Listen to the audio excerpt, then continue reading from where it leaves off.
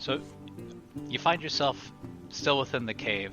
Where we left off last week is after exploring the three branching paths, you found one, a putrid rat's nest filled full of disease and decay.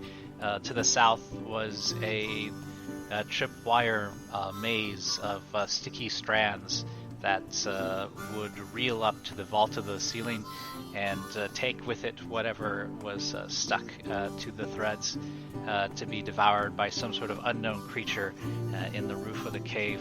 And then to the east, you found a dimly lit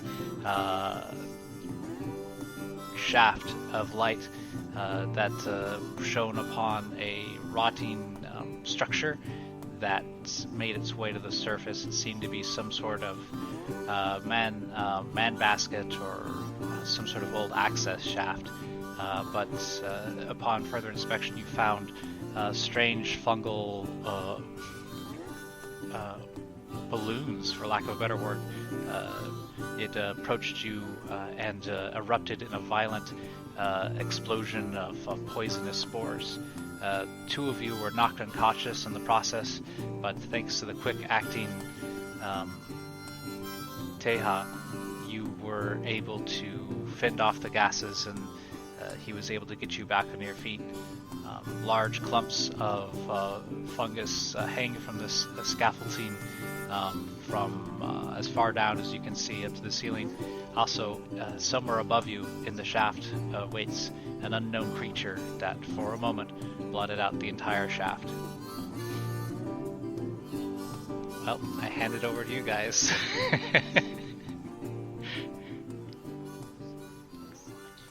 Albert is still leaning back up against the railing of the scaffolding, coughing and itching. Wow, we really showed them. Okay, I mean, if you want to say that, I mean, sure. Alright. I think we need to get up and get going now that I'm completely back to health. And I think, Albert, you are too. I was going to ask, how is everyone? Oh, You're no, dying? I'm dying, Nix. So But both we'll make it Nix out. and Albert, That's fine. you were caught in the blast and suffered the worst of the effects of this or spore cloud. Both Nix and Al, like, your skin is just kind of itchy, and you feel kind of like a dampness in your lungs. We used the high-powered potion on Nyx, and she's completely healed, so... Yes, her wounds knitted as silver strands wove themselves throughout the open wounds and closed them, but you still feel whatever these spores did to you is still residing. So mechanically, the spores are not an injury; they are an effect, and you are currently Gross. under the effect. But you haven't done any sort of investigation to determine what it is. Yeah, it's pretty much like that. Like, Alright. Taha, you obviously have things more under control. Where do you think we ought to go? Well, I'll defer to you. I think we should go towards the light and go up, but I want to make sure every one of you is as healthy as possible, just in case there's another creature waiting up there for us. Shepard speaks up. Taha, my master went to the light, and he never returned. Please, do not go towards the light. While I understand the sentiment that you're trying to express there, Shepard, I meant more in the physical sense, not the spiritual. Oh. Correct. Oh, yes. I thought it was metaphor. And Shepard, are you okay health-wise? I Did appear you to take be... any damage? Okay. Well, Well, I then mean, this whole thing about going towards the light is pretty great for you, but we don't really have wings. So Here's the thing. With my strength, if need be, I can carry you one at a time up to the next area. Obviously, I'll need to take it slow and make sure everyone's safe, but it's an option. Well, maybe, but you remember a minute ago I just saw something swooping around up there that wasn't the thing that exploded on us. Yes, that's why I'm concerned about going up, is making sure that whatever may be up there doesn't attack. We could continue on foot and see what's around the edge of this abyss. And see if this tunnel leads out. We could, yes. Let's... This is an old mining shaft, says Albert, as he pulls himself up along the railing. There should be some tunnels for ventilation. I'd be surprised if they only had one exit, though. Then again, if it didn't, maybe they realized it wasn't the best place. I wonder what is down the shaft. And Shepard will take one of the gels, the glow sticks, and activate it. Just throw it down in the shaft. It falls for a good 3 seconds and clatters to the bottom. And you can see that the natural walls of the shaft take a more inorganic and angular shape towards the bottom. And when it comes to rest at the base of the shaft, it is in some sort of synthetic environment, like a fabricated environment. That's metallic walls and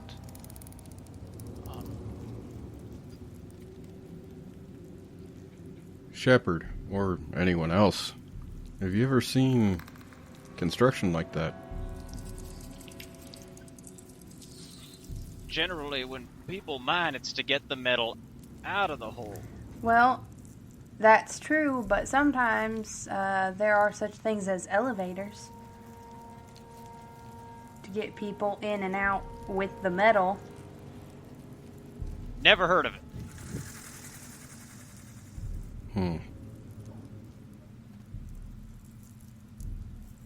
Can Taha make a perception check to kind of investigate the area around him, see if there's any kind of controls or anything that might go help ahead. with the You lifting? can roll perception or investigation.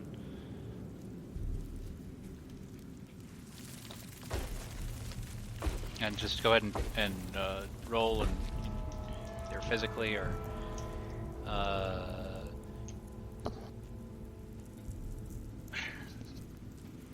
natural one.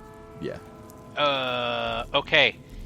So as you kind of look over the edge, you startle some bats that are underneath the gangway, and they fly up and kind of hit you in the face a little bit. Just swish them away real quick. Sorry to disturb you, my Albert. fellow flying friends. I don't think they were mining bats, says Albert. He takes out his notebook and looks through all the things he's written down. We came to this mine, had old magical technology on us. They were digging down deep. Shepard, were you underground, or did you come from underground?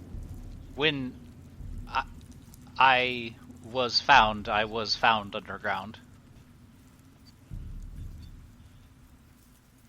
I don't think they were mining ores or gems here. I think they were mining technology.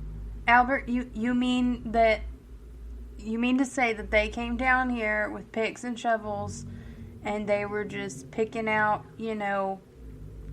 fully formed, fully crafted tech? Just pulling it out of the wall? Well, if they're building wooden ass, old creaky ass plank stuff like this, he says, pounding his feet on the bridge, but they're giving us blade arms and magic revival fluid, I think it's worth a guess that whoever built this mine didn't have access That is to, true, but I'm whatever we thinking had. more along the lines of this is old world tech that's been covered up by more modern platform. Like this could have come later. I know that the way it looks, the metal beneath is going to look, younger than this decayed wood, but also the wood ages faster.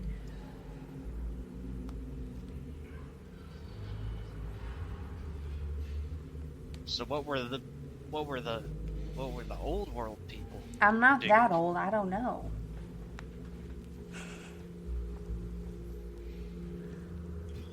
Well, me neither. But I want to see what's down there, says Albert. Before You're I not gonna die, Albert. Stop being dramatic. Albert has a good point that the technology between what was made this mine and what is down there is very different. And I was found underground and reactivated. It's true. You're old world tech.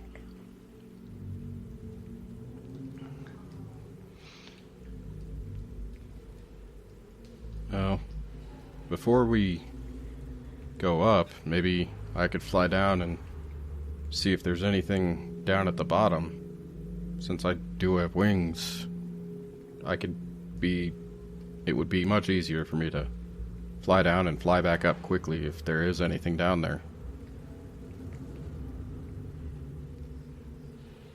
I'll cover you, says Albert, pulling out his bow again and knocking an arrow, staring down the hole. Okay. I imagine you guys are just kind of around the edge of this depression right now. Yes. Okay. You're just kind of like looking over the edge. Mm-hmm. Okay. I would so, say actually, Nyx, the way her token is on the screen, I'm not sure. I can't see anyone else's tokens right now. You can? No, I can only see mine, and everything in the area is gray. There's no light. Oh, whoa, there it is. Everybody how about disappeared. Everyone disappeared. Thank you. So the way I had her, she's leaned up against that wall. So not right on the edge of the thing, but not in the hallway. Chasm. Yeah. She's kind of leaning up against the wall. Okay, Taha, what do you do when you begin your descent? I'll go ahead and kind of make a circular descent slowly, trying to take in as much of the area as possible, while also obviously keeping an eye out for any kind of movement that could be something that isn't the walls or the floor of this mining area. Okay, so there's large, little, almost like tumorous growths of mold on this scaffolding. As you begin to make your way down, you realize that it's pretty cramped, that there wasn't a lot of extra space dug here to get this shaft in the ground, and that the scaffolding kind of gets in the way of your wings, so it's difficult to make a direct gliding flight. Okay. But I could see you realizing that between your talons and your wings, you can just easily descend, kind of doing little short hopping glides between the rafters, and it's effortless. You don't even need to roll for it. Okay. And then going up will be kind of a similar process as well. So you can just make short, like single flap pushes, and you can Okay. just kind of like rise up and then grab onto this wood. And it's actually so soft and rotted that just your natural talons are enough to give you a sure footing. Okay. As you That looks exhausting. It's As not as you bad as move- it looks. move near one of these large fungal growths, the fronds of it split apart, and you can see a dim, like purplish light from it, like bioluminescence, and a brief contraction. Two spars of they're like a darts fire at you out of this fungus, and you're able to dodge one, but the other one strikes you in the wing, and you take 4 points of necrotic damage as the mycelial pod starts to burn through your feathers. Okay. And that'll obviously take out the 2 temporary hit points, and then 2 from the rest of me. Yeah. Okay. But now that you're kind of aware of what you're dealing with, you kind of give them a wide berth and make your way to the bottom. At the bottom of this pit, it is the black. It's a black metal, hard as steel, and the glow of the gel pack gives an eerie green tint to the black metal. The walls are inlaid panels. You can see seams, but cannot feel. You can see the seams, but you cannot feel it, and you're kind of reminded how bone grows and knits together. I forget what the name of those plates are, like in the head. That kind of joint. Oh, ball and socket.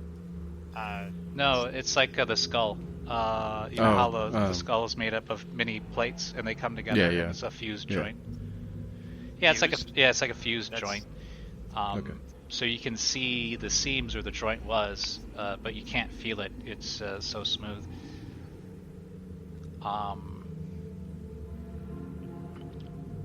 And in one panel of the room, it's the northern side.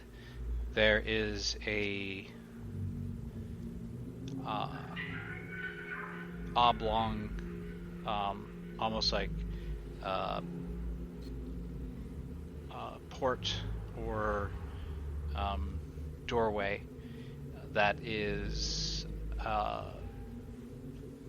shuttered with some sort of iris. It is contracted, like a metallic iris, Okay. and Um. a dim panel on the left side with old world runes on it.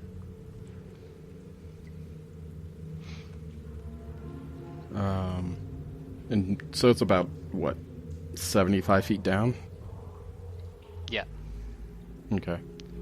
we'll just make it a cool 80, Okay. in case somebody falls. The math will be easier. Sounds good.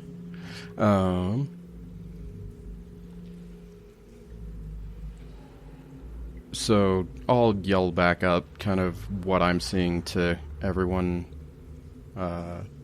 above me, letting them know that, okay, it's a metal area and there is a door with a switch and the old runes.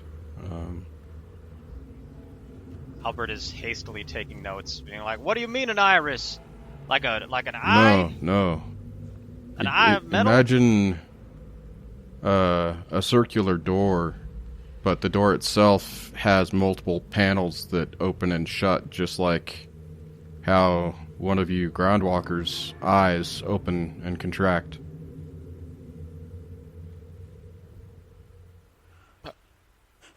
Like an Yeah. eye. Yes.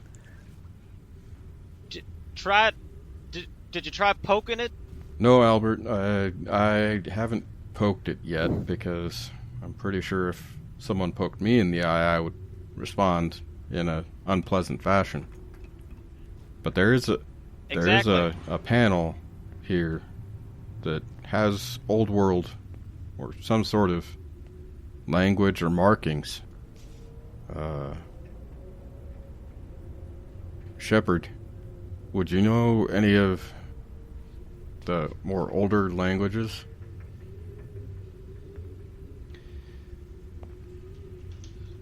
I do not. I have some memories, but they are fragmented.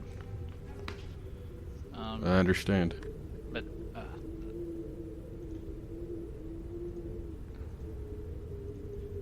it's not impossible.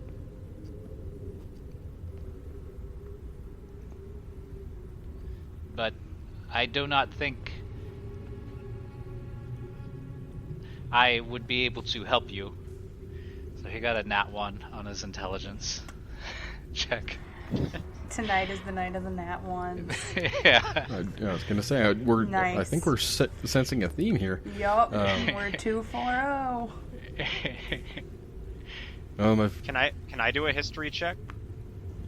Yeah. Although Whoops, that was deception. your history would be different than Shepard's, because Shepard actually came from that time period, but you may have read about it. I got no idea. This reminds you of the story of the Gygaxian worms and their mechano overlords in issue 12 of the Unforgiving Earth, or Unforgiving Nesca. Does this do you see any worms down there? No, Albert, I don't see any worms. Nyx just turns. The mechanical things, do they seem like overlords? Nyx just turns really slowly to stare at Albert, like. No. I'm trying to cover every base. All right, that is a base that I think is so far outfield that I didn't know it existed. But all right, we're covering bases. Let me come back up and we can Wait, hold on. decide what we're gonna Stay do down from there here. for a second, Taha. Do you have anything on you that you could Okay. maybe write down, copy some of the images that you're seeing, and bring them back up for us to examine? What is our? Let me 'cause check. I know a lot of our equipment is different, but maybe whoever put us down in this hole left us with some of our paper. No, I'm not seeing anything. Nyx has a scroll. I can hear. I Can I just drop some paper and pens down? Yeah. Because you have your typewriter and your paper. Are you going to drop your 30-pound typewriter down there? Catch! Wait, I don't have any.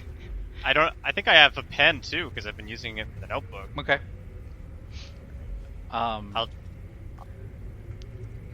Shepard will say, "Why don't you use a gel pack and one of your feathers?" Shepard, you're very smart in many ways, but I'll have to teach you about my culture a little bit more when it comes to our feathers. Oh, We, sorry. I do not mean it's- to offend. It's quite all right. You didn't know, but our feathers are very special to us. So having them damaged or pulled is a pretty big deal. I'll explain more later. I do have one other idea though, is I can take some of the dirt from the wall or somewhere nearby and do a rubbing with the paper, Okay. and that should give us a reasonable Aren't the walls, facsimile of what these symbols are. are the walls metal though? DM? They are. Ah. And the runes are more akin to a illusion spell than a physical object. Albert. But Oh. never hurts. You can always roll nat 20 on your your rubbing check. So about this time, the paper that Al had thrown down lands down in the hole with you, and deep within, you hear that. Remember how there was that little earthquake or that real localized shaking? You kind of feel that again. And the old wooden structure groans just a little bit in response, in protest. No threat of it falling down, but Okay. Friends, obviously there's more things going on, so I'm gonna do this very quickly, and then we will all fly back up and we can talk about things. And Good plan. because of the earthquake, I actually will pull out one of my feathers, and then make a small cut in my hand and use my own blood that's hardcore. to That was Trace. really metal. Wow. Okay. So you trace it onto the paper? yeah. Okay. Okay, so go ahead and add a runic keypad tracing to your inventory. Okay. In blood. In blood. Damn Written Skippy. with blood and feathers. Okay. We're gonna add runic. And about that time, you do feel, or it's not something it's like a smell that you feel, and it reminds you of that gray ooze that was seeping out of the machines earlier, and it's starting to seep through the doorway, through the chinks in the iris A smell that you at a very feel? slow rate. I will immediately take off and fly back up to my friends. Okay, give me a perception check.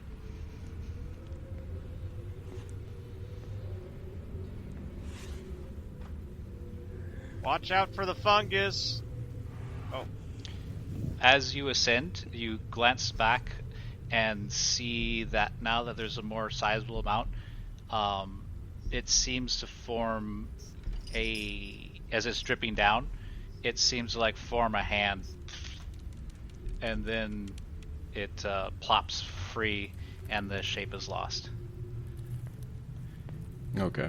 I'm definitely going to continue flying back up to my friends, because doing anything solo right now, bad idea. Okay. Yeah, because your natural advantage, I don't even think we need to roll. I do want a stealth roll to get past the fungal pods, though. You can do stealth, nature, or survival. Survival all the way. Okay. I don't think fungus is very perceptive.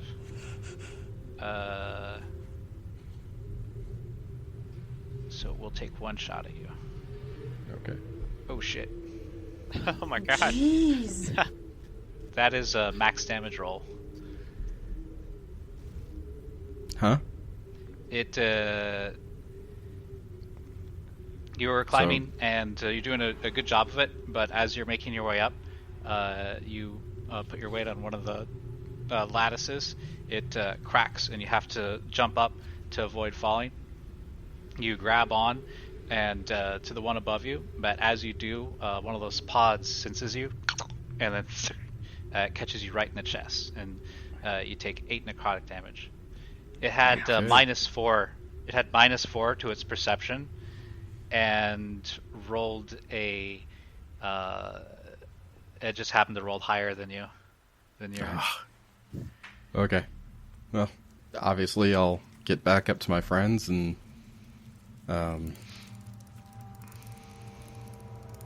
everyone. We need to be careful, especially of this mine shaft. The small growths that are along the walls can attack me, and they can definitely hurt. So, Yeah. Okay, so we'll need to be careful. To correlate what he was seeing going up and down the shaft,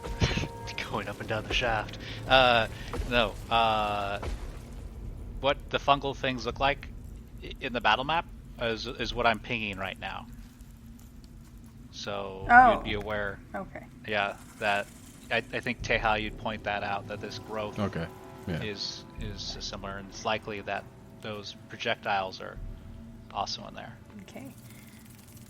Oh, says Albert. Backing Yeah, up. that's why I was wondering. That's why I was asking. Like, you guys are all around the perimeter, right? Nyx is gonna ask, "Hey Taha, can I take a look at those markings that you wrote out?"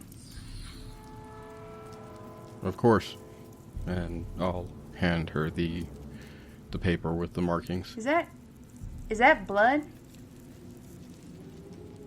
Yeah. Taha, Yes, it is. Are you okay? I'm definitely feeling the effects of everything since we've been down here. So, If you need ink, Well- friend, you can just ask. In that case, I didn't want you to throw your typewriter at me. It has ribbons. in that case, actually, just out of character, how many hit points are you at?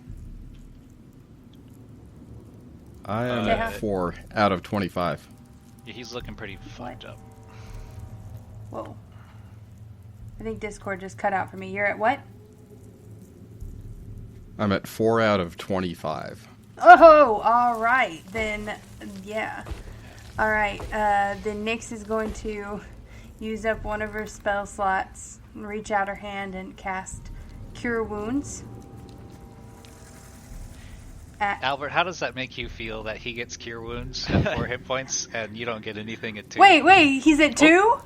You can Yeah. you can still do that, says Albert. It's a good thing you're using it on Taha, because I'm so he can sorry. fly. I'll just stay back and shoot. I was just... I'm so sorry. Okay. I'm going to cast it. He spits up more like lung matter.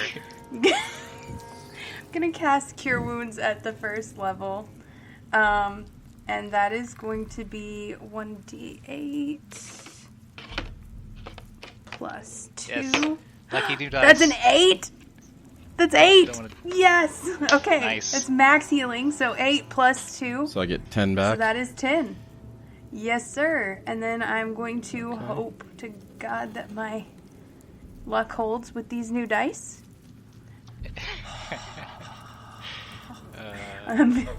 I'm using up my last second level slot, guys. Nyx is gonna So turn I around and imagine- she's gonna cast. I'm sorry. Oh, go ahead. She's gonna cast Cure Wounds at the What you gonna second cast? level. Cure Wounds. Oh, shit. Am- Bringing out the big am I guns. Yup. This is for Who are you casting? this is for Albert. She's reaching out and just gonna touch Albert's forehead. It's fine. Don't Oh! worry. It's I'll be 7. fine. The first one is 7 Nice. plus 2. Nice. That already then- gets me back to full And health. then 5. Okay. Well, crap. I should And have. then 5. Nice. I should have flip flopped. Albert feels extra rejuvenated. I didn't know that your max health was so little. Okay. Well, crud. I should have cast those the other direction. So when, Oh, thank you. when Nyx heals somebody, what does it look like? Well, as she stretches out her hands, there's just this magical power that you would think kind of reminds you of like starlight, So it's kind of a moon white, a little bit glow. Yeah. And just kind of... I was thinking like silvery ribbons of moonlight kind of thing. Yeah. That's it. With just a little bit of sparkle, And they though. just... Okay. Just a little bit. Like it sparkles in the dust of the cave? Yeah. Cool. And it kind I of like that. comes out of the tips of her fingers. She's definitely Whoa. a moonbeam kind of druid. Circle of stars, bro. Circle stars. And her name is Nyx, so I think the nighttime correlation is really strong with this one, and that was completely accidental, so I'm gonna go with it. Were those stars? Says Albert as he stands up a bit straighter and stops coughing. You could say that. Yeah. It was the stars. How did you learn to... He takes out his typewriter.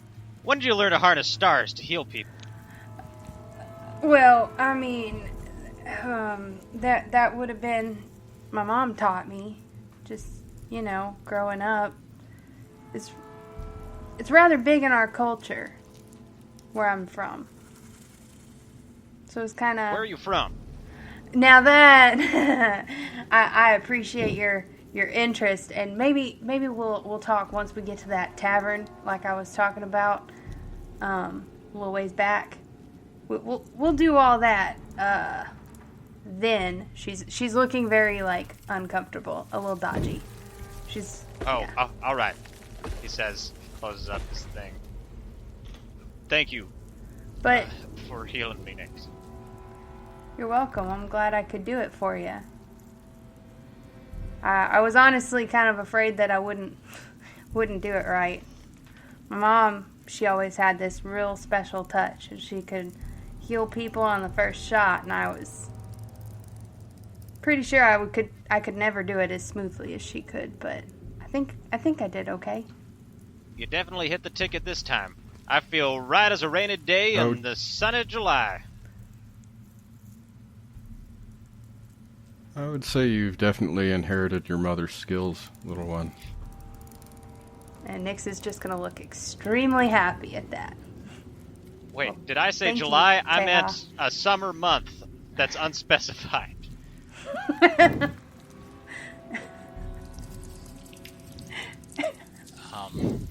As you guys are having this moment, you hear a slight voice coming down the cave from over here, and you see a little figure sticking around the corner, and it's a rattan.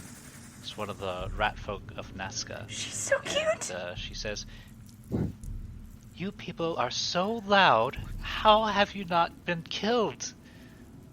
Albert shows off his equally impressively large ears and says, honestly, just luck. Just sheer luck. Do you live here? Well, that's the only answer I would have believed. Oh, where are my Nyx manners? And it's the only thing that makes sense. As soon as she hears this, Nyx is going to whip out her quarterstaff and be holding it, pointed in that direction. Albert puts out a hand to Nyx to like in front of her, with his palm open, and then Albert, I know. Shepard holds his staff out as well, mimicking Nyx. Taha will look at the new creature and kind of tilt his head a few times to, look at it To size and her up. start trying to puzzle a few things. Okay, what you see before you is a rattan folk. She's about 4 feet tall, and she is looking kind of road weary. Her clothes are a little bit tattered, and her hair is kind of tousled, matted. She is tossing a rock up and down in one hand, and is kind of leaning against the wall. Her ears twitch back and forth, listening to the world around her, and her tail, long and kind of leathery, gently sways through the cold cave air. She's wearing an old blue jumpsuit with a plaid shirt. Albert, completely rejuvenated and completely willing and completely not having learned any of the lessons of the previous hour, will step forward with his hand extended and say, "Albert Schnooks, pleasure to make your acquaintance." Albert. She laughs a little bit. My name is Natty. Natty the Ratty? Wait, sorry, is that offensive? Oh, no, it's I actually love rat puns. Daddy Clawmaw. Daddy Clawmaw. Natty Clawmaw. Oh, it's a pleasure, Miss Clawmaw. These are my associates, Nick's Nightclaw, eh? Any relation? Ah. I don't think so. Taha and Shepard. Well, you four are definitely some lucky ones. But I really can't abide just watching you run around to your death. I thought I'd introduce you myself before things ended up taking a turn for the worst. I saw you eyeballing the light up ahead, and, well, I don't think you want to meet what's up there. What is up there? What is up there, small one? I don't know the name, but I know what it is, or what it does. I fled here a few days ago. Outlaws were chasing me, and I saw this old well, and found out that it was a shaft. On my way down, I saw this huge... it's the size... It's like a stingray in the air. But the inside of it is a long row of vertical teeth, hundreds of them. It opens up like a clam and clamps down and uses its stinger to immobilize its prey. It nearly got me. If it weren't for the bandits chasing me, they were just so loud that it ended up going for them first, and it ate well. So, I think I had a nightmare thank you about one of for- those. Yes, well, I to be honest, I've been trapped down here for the last few days, and afraid to go back up. how that did you way. get here? Oh, gravity. While everyone is talking, while everyone is really engaged talking with her, Nyx is going to be looking her over for signs of the infection that were on the rats down the other hallway. Just to see. Go ahead and make your medicine check. Medicine check. All right. I think it would have been pretty obvious. You don't need to make a medicine Oh, check for this. okay.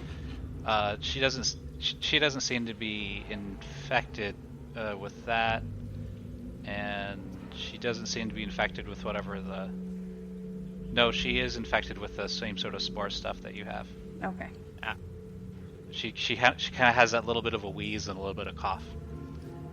So I just rolled 2 con saves for her, and she succeeded against the disease but failed against the spores. Okay. Which would mean she is actually, after you're getting closer and in the dim light, you can see that what should be kind of more chipper, like open eyes, are a little bit sallow, and there's a little bit of like yellow mucus around her nose, and she is kind of like coughing a little bit of wheeze, the same sort of wheeze that you're experiencing. Albert.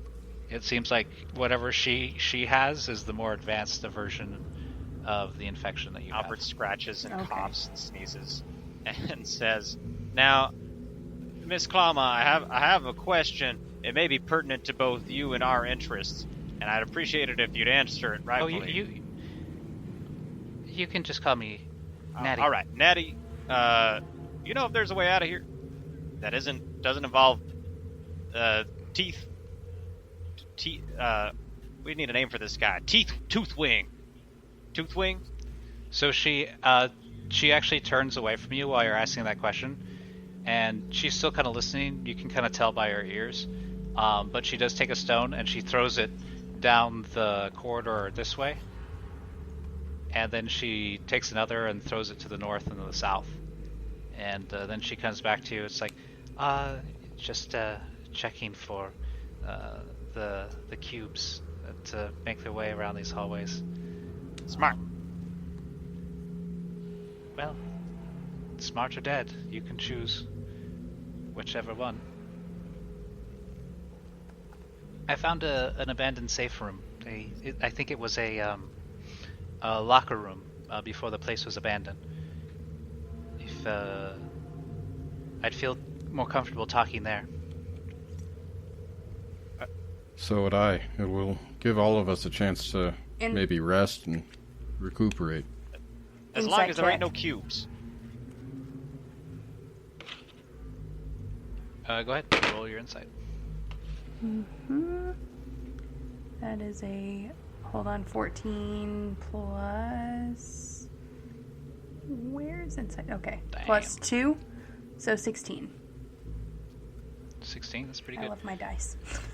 So, it's obvious she isn't comfortable being out in the open, so to say, and that she does want to go to a place of greater safety, but you're not convinced that it was a locker room, that she just kind of like made it up because she didn't know exactly what it was. Okay. But you do get the sense that it's her safe place. Okay. Then I'm just gonna nod towards my companions and just, we can do this. All right, it's just over yonder, and she points down this direction. A locker room. You think they hit the gym here? Is there a gym here? Maybe it's like a swimming pool? No. If there is, I am not a Jim. I am Shepard. Nice. Yes, Shepard, you are Shepard. Although you would work for some weightlifting. I suppose I could be lifted. Yep, then we will follow. Or at least I will, I should say. I don't think I could lift Shepard. Shepard, you think I could lift you? Of course you could. Really? All you need is proper pulleys and perhaps a elemental drive. Or a strong friend. Oh, Taha, could you lift Shepard for me? I'm fairly sure I might be able to, but it would definitely tax me. Didn't you lift him before? What's your strength? I kind of lifted him before off the train. My strength is 15. I think you can do it. 15 times 15.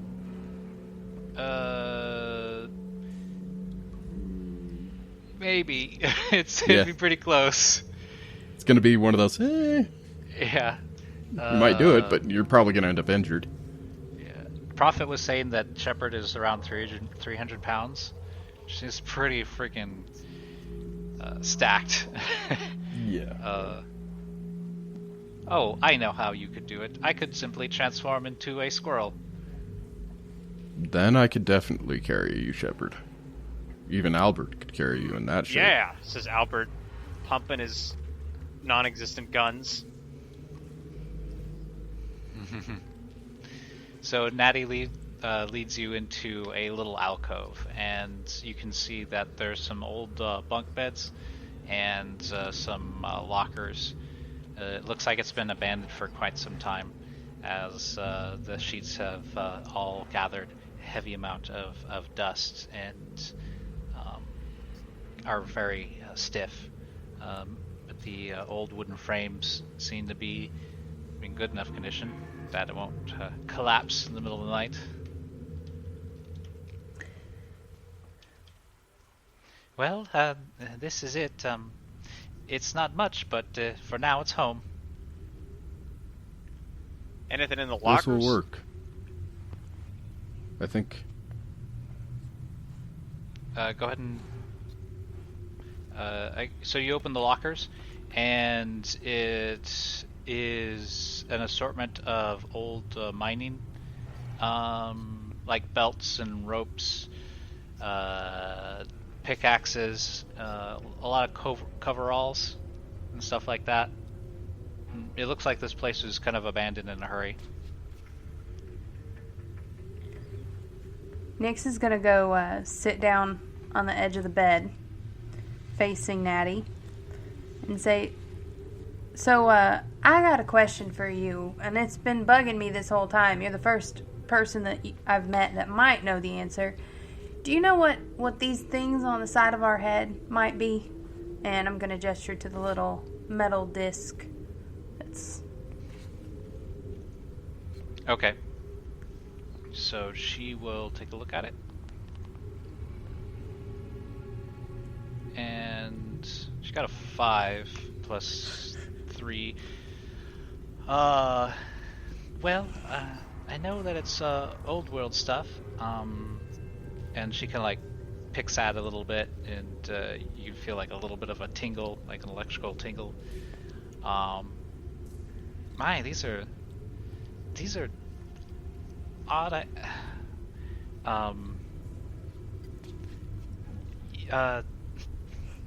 Where did you find these? How did you come by them?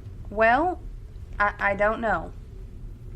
I just woke up and it was on my head, and it's kind of the same thing that these fellas have been saying.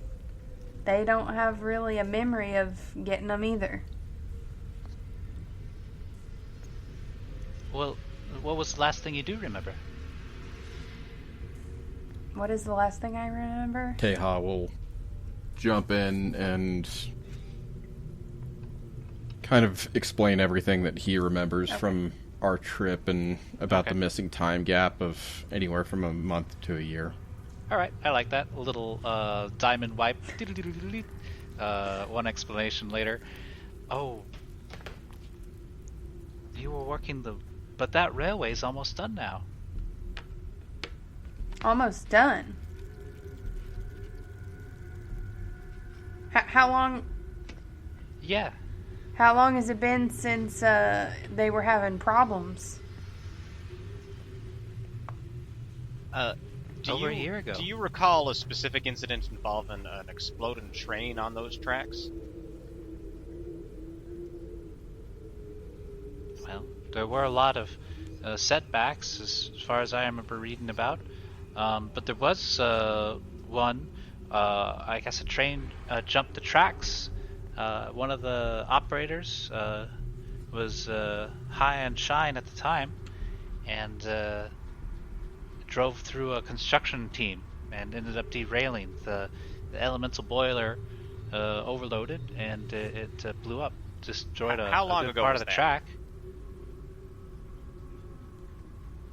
A year ago and 3 months. I'm definitely fired. That. I wonder if anybody's looking for us. Fired. So,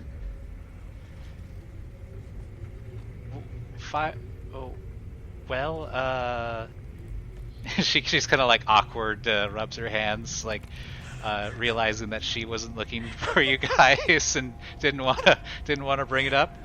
Well, I'm sure there are. I mean, you're here now, and you were obviously up to no good, or at least doing something during the time. Otherwise, I mean, I don't recognize the clothes either. But who were you working for? The HAPD? Or was it PD? Oh, the harsh detectives. Yeah. Well, I mean, if it's any consolation, they seem to be doing just fine now. I remember. You must be the Nix and the Al, you right? got it, my friend. Albert, right? The? Yeah.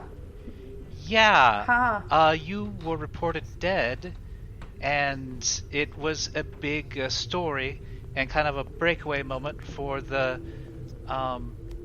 investigator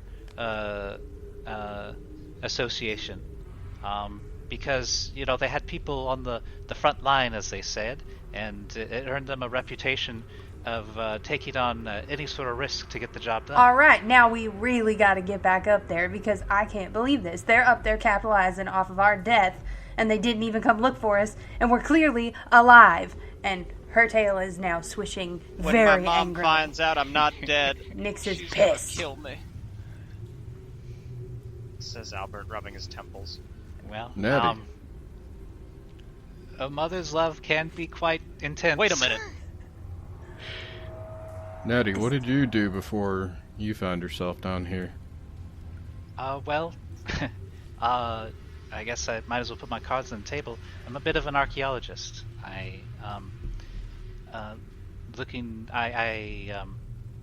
Okay, so, since Nix is, and Taha a little bit, is on the shady side of life, there's people that call themselves archaeologists, but really they're just fancy grave robbers. I was just about to say. So you mean you're an archaeologist? I'm pretty familiar with that word, actually. Are you sure you weren't down here looking for, bones of some rather rare and exotic cat person? Oh, I'm sure I'm totally sanctioned, and it's all by the book. And she just avoids making eye contact with you. Yeah, well, And you wouldn't by chance be down here disturbing people's place of rest, would you? Me? Do I look like I would do such a thing? I mean, Why do you think we asked, Natty? is she? I'm gonna roll deception for her. She rolls a 6 on her deception. Fits. It fits. I think you all have passive insight higher. Yes. A lot higher than that. Okay, Oh, so it's definitely. fairly obvious that she is. She's more. Wait a along- minute. well, Are you not an all right, archaeologist? well- Says Albert, astonished.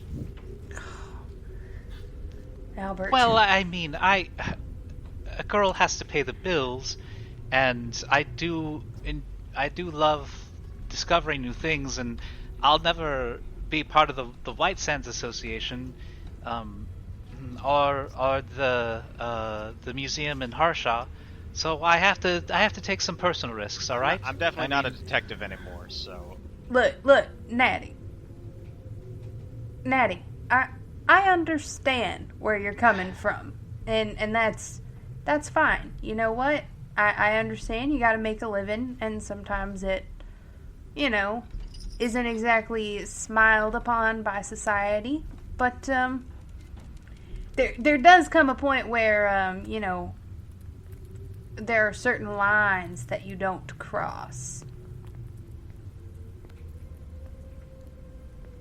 I agree. But what line? Tell me where your line is, because my line is there's a lot of old things in the world, unappreciated things, unknown things, and I want to bring it to the light. I want everybody to be able to see this, and I guess more than anything, I want my name attached to that knowledge. And that is a fine goal, but my line, and Nix leans forward really close, is when you mess with dead bodies. She leans backwards, like, mess with dead. Well, That's desecration in, like, every religion, pretty much. Alright? Like, Nettie, I am similar to Nix in that I understand wanting to share knowledge, and that is a good thing.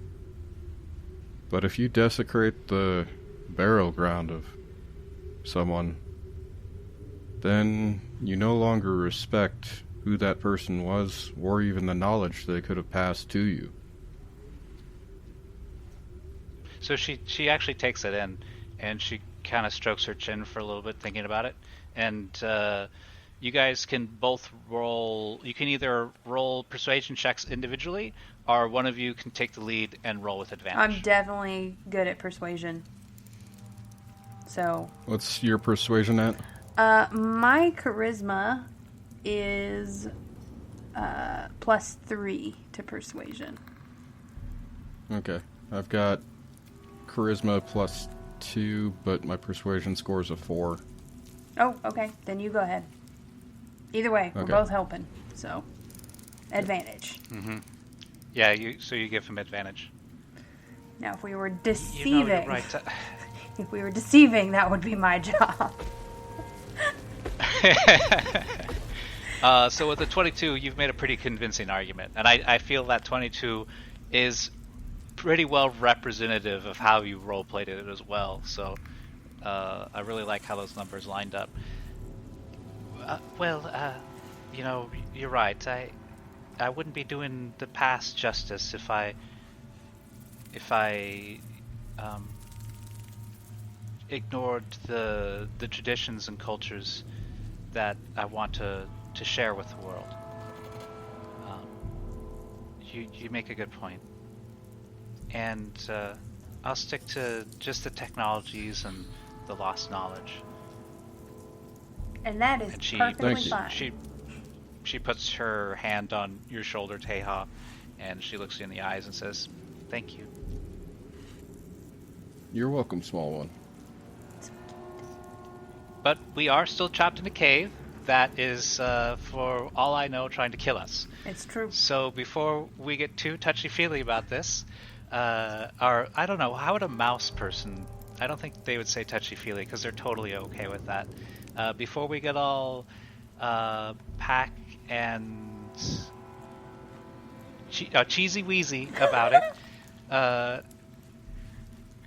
While this let's whole figure out a way conversation to not die.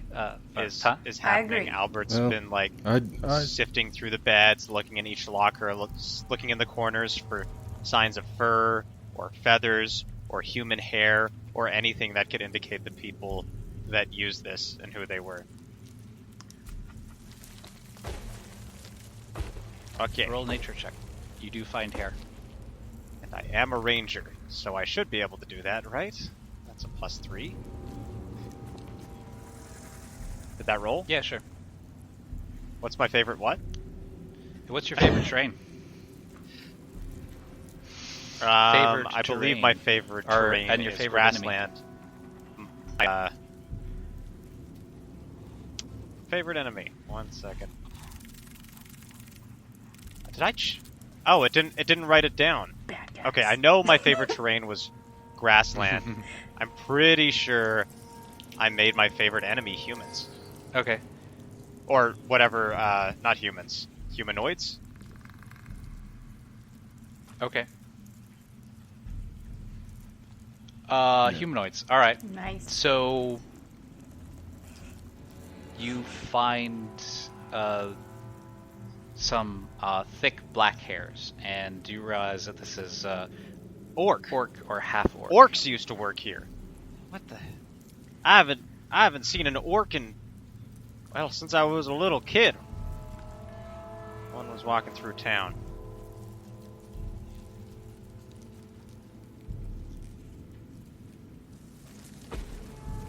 You don't Well, get ain't a lot of outlet, orcs in Harshaw. I take it. Nor on the railroads. You ever seen an orc?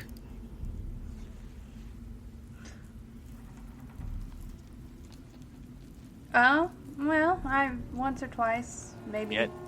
a few times. I'm kind of from all over. Right. And wait. Well, we were going to talk about that at a later time when we were in a resting spot, and now we're in a resting spot. Did you want to divulge that information? Yes, we were.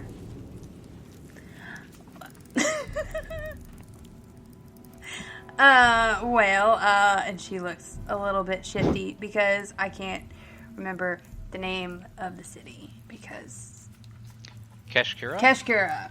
That's right. Thank you very much. And DM, real quick, just to brush up on that knowledge because I've had a lot going on lately. What what kind of life would she have had in Keshkira again? It It would be one of projected decadence and affluence, where her family was pretending to be part of the upper class. Yes. So they could get Yes. access to the more gullible Yep. members of that circle. That is. There's a lot of genasi, and the elements are a little bit sharper, a little more energized over there, as everything kind of runs in the extremes with the intense heat of the desert Right. and the cool waves of the ocean. And then the farmland is incredibly verdant, as they're able to bring the two together. So it's a very elemental culture, but at the same time, the city and the people, their culture is one of masks. Nobody cares who you actually are on the inside, but as long as you can project the presence of social normalcy, then you're welcomed into it, regardless of what you do on your own time. So there's a lot of Hypocrisy. there's a lot of like racism and sexism and stuff like that. Whereas like women aren't allowed to own land, blah blah blah. But then as soon as you get behind closed doors, it's a totally different world where like the women are actually in charge. Like there's a lot of like closeted people there, and then like the lover hotels they go to are all known. But if you're seen going into one, then you can be outed. But if you wear a mask, then nobody cares, kind of thing. Mm-hmm. Don't ask, don't So tell. it's Yeah. it's a world of hypocrisy. Yeah, which is And I feel like your family just loved fit it. right in. Oh yes, definitely. Not because they were hypocrites, No. but because they knew how to exploit the system. And that's kind of that interesting balance that Nix's family has. So we'll get into that, I guess. So if we have time for that. Do we have time for that? Yeah. All right. Well, so I said I was from Harshaw, right? So that's like a lot of things about me, only a partial truth. I'm originally from Harshaw, but when I was only about 10 or so, my family, some stuff happened and we had to move, and we moved to Keshkura. And people in Keshkura, they have a real backwards way of looking at people, especially people like me. So they kind of saw my family as exotic, and they valued our mysticism. Like they really thought that because my family is more connected to nature, that we had, they thought we kind of had powers But- that maybe we But you didn't do have exactly powers. have. You got the star And so heal. my parents. Oh, yes. No, you're right. You're right. We do. We are druids, so there is truth, and that's kind of what I'm talking about. Is I grew up with a lot of half truths. So there's a way of taking the truth, and then you just kind of add a little seasoning. That's how my dad used to say. We just spice it up a little bit, and then you're able to kind of market it to a different audience. So we were druids, and that's the way I was raised. That's why I know how to use starlight and charting the stars and everything. And there is truth and there is science to it, and I believe that the stars do guide us. But see, my parents kind of set up a thing where, it was kind of fun. So my dad, he was like this fortune teller, kind of soothsayer person. And then I had a role, and I was Artemis, and I was the Oracle. So I got dressed up, and they'd set me on this little throne kind of thing, and there was a lot of incense and smoke, and real theatrical. I have real fancy clothes for that, lots of jewelry. And then, my dad he just had this gift of words where he could give fortunes that were truth, but that's only because, you know, we knew the kind of people that we were dealing with. So it was kind of a con, I guess you could say. What? Did you say... We were only... Albert's, like, is thinking about something completely different now. His eyes... Did you say smoke? What? His, like... He's like, Nix! What? Why didn't we think of it? All the rats in that room before the... What? That leads to outside. What if we smoke them out?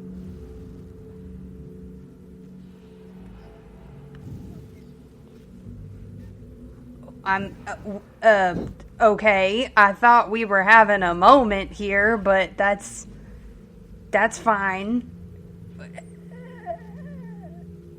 Why would we be smoking them out? Where would we be smoking them to? That's the question.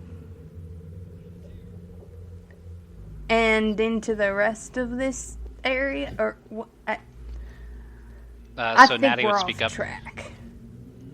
There is an exit to the west, and there's a recent cave-in, and unless we can clear the rocks and get out that way.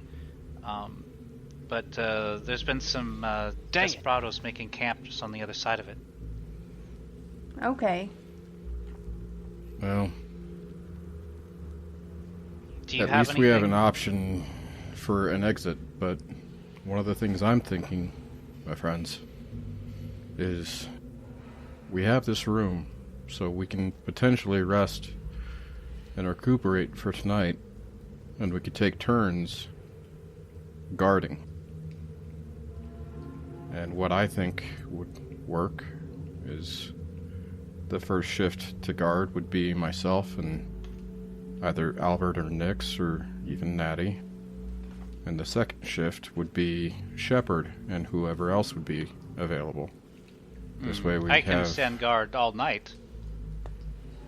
I There's no understand. inconvenience for me. I understand, Shepard, but having more eyes would mean we have a better chance of catching anything that may try and approach while we rest and recuperate. Very well. I think that's a fine idea. I'm pretty tired. My lungs still aren't working right. Once we've all rested... Yeah. And once we've all rested, then we can go to the area where this cave-in is and move the rock, and we can deal Smoke with them out, the says bandits or Albert. desperados, as Natty says, afterwards.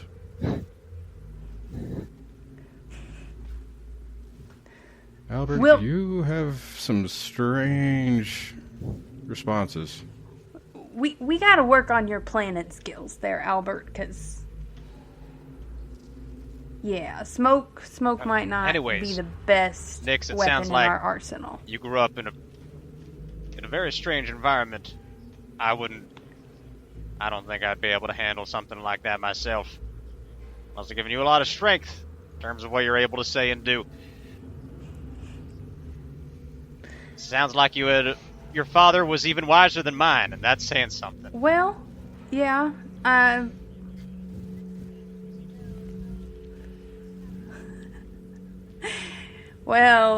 he did have a lot of good sayings and stuff, and I try to live by the things that he taught me. My mother too, but I had a real special connection with my dad. We understood like my pa each used other. to say. Listen to your pa, that won't be a flaw. Connections are essential.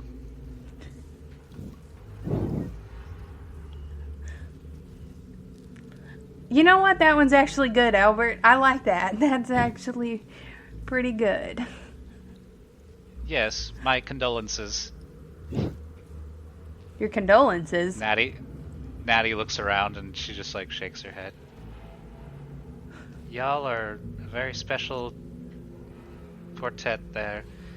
I'm gonna get some sleep. You can help yourself to anything in the lockers. Says Albert. It's just as much as yours as There's anybody mining else at this supplies point. in the lockers. All right. And we're dealing with a cave-in. I call top bunk.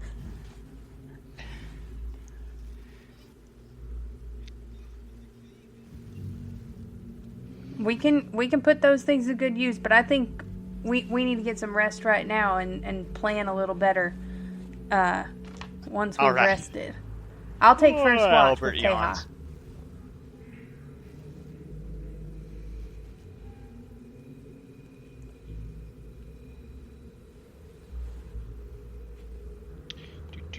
So there are 4 watches in total. Nice. The first watch is Taha and Nyx. Shepard awkwardly locates himself at the entrance, and you can see him just kind of like take his arms and put them down at his sides, and the head locks back, and the lights that are in the pits of his eyes kind of dim slightly, but still stay lit, as he is now in sentry mode. But he did position himself. It's best for him to observe the door, but it's super awkward for everybody moving around. He's just like right in the middle of if you guys were actually going to keep watch on the door, like you have to like squeeze by him to get past. I think Nyx would take up one side of the door just to where she could like peek around the corner, still staying inside the room but being able to peek around. Okay. And same with Taha, he would take the opposite side just so that they have multiple avenues. Yeah, and so their lines of vision would cross, I guess. Okay. As you keep watch, you see the rats that you fought earlier make multiple trips and scavenge the dead, and they're bringing them to the south somewhere. And over the course of the night, they clean it out. Nyx, roll a D100. Okay.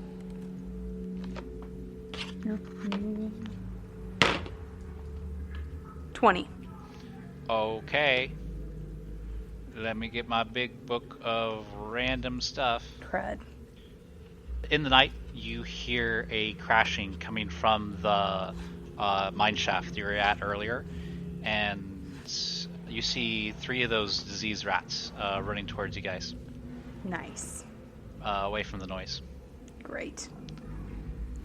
Okay, then And does Taha see this as well? yeah, I guess you would have seen him back here. No. Oh wow, they all rolled a lot higher initiative And I than only you. rolled a 5, Yeah, they did. but I saw them coming? You get a held action. Let's go with that. Okay. What would you do? Casting... So I'll give you guys a surprise rounds against them. Okay, thank Since you guys are kind of anticipating this. I was gonna say, wait. I just let them all come up to me? Like, what? Okay. I'm gonna use the cantrip Shillelagh and cast that on my quarterstaff, and the held action will be to bop the first To little bop sucker, a rat. first little sucker right on the head. Okay. Two-handed. And I'll pull out my quarterstaff as well, because the glaive is still damaged Okay. from a few weeks ago. And also, as soon as they get into range, then, yeah, I'm going to smack the living hell out of them. Cool. I wish I could share Shillelagh, Change up the music. but I can't. Here, have a shillelagh. Like, here you go. Okay. So the first one, squeak, squeak, squeak, squeak. So go ahead and use your reaction. Okay, that is a 16 plus 2. 18. 18 to hit? Yeah. Okay, nice. I'm waiting for their stat block to load in, then I'll be able to resolve it. Okay, as it's trying to bite you, you bring your shillelagh down. You take 5 points of piercing damage, but as it's like grabs onto your leg, you kick it off, and then bring the shillelagh down. Fuck! With a dull thud, you hear a crack a bone, and go ahead and roll me some damage. That is, a full 8 damage. Plus 2. Oh, perfect. 9, 10. It twitches, and you just kick it again, and it goes rolling back. Nice. But it did sink its fangs into you. So go. You take 5 points of piercing damage and need to make a Constitution save. Great. All right. Con saving throw. That is a 12 plus 1, so 13. Okay. 13. So you're able to kick it away before it's able to really kind of do any serious damage, risking any sort of infection. Taha, the next one is charging at you as well and attempts to bite you. The 15. I don't think that hits, right? Nope. Okay. Does not hit. So I imagine you have like shaped shin guards, and it just lunges, and its teeth only meet steel. And go ahead and you can use your held action to give it a good old stab.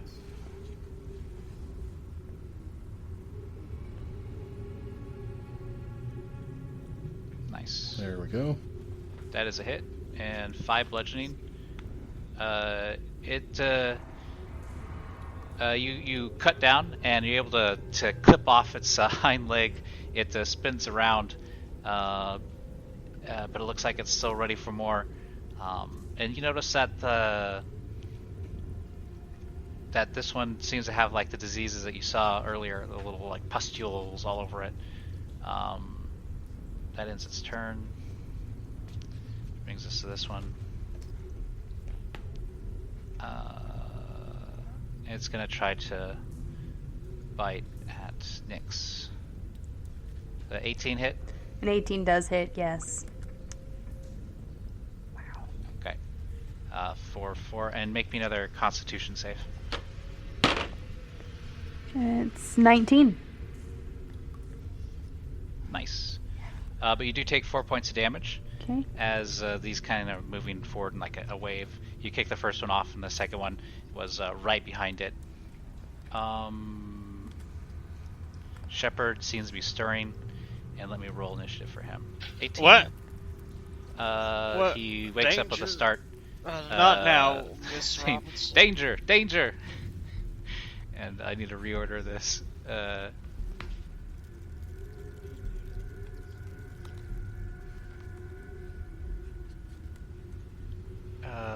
Shepard will Thorn Whip, catching one of the little squeakers. Oh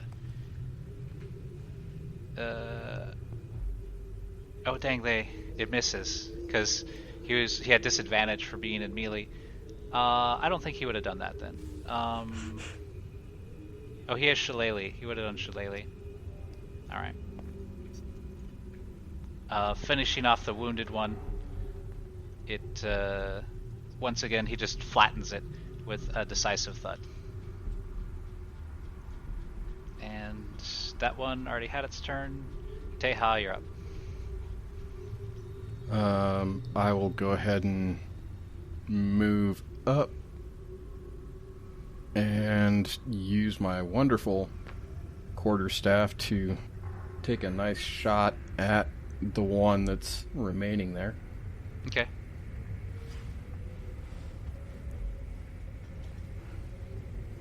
And with the butt of the quarterstaff, you bring it down on the head of this diseased rat, putting it out of its misery.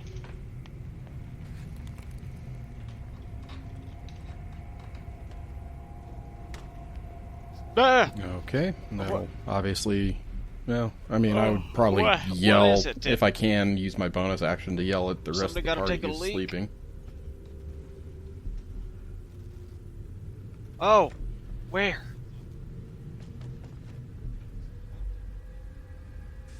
No, we have diseased rats, small one.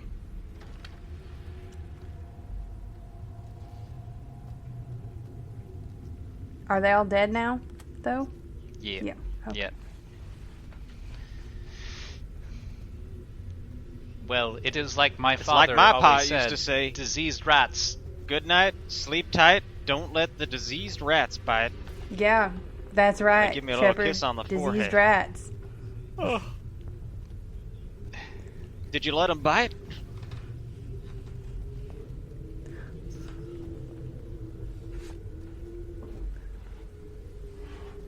Oh, Oh, that's not good, Nix. Yes. They bit me twice. Shepard collects them all by their tails and then deposits them out into the cave. They seem to gather that no need to have bait if there is no trap. Like my father said.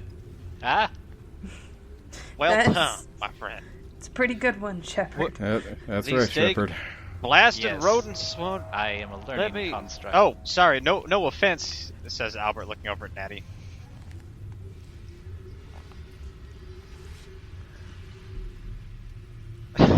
What? Oh my. Well, looks like we got somebody here we can't Yeah. depend on in a fight. Just Anyways, snoring. I'm gonna go back to sleep. Says Albert, immediately like falling back asleep.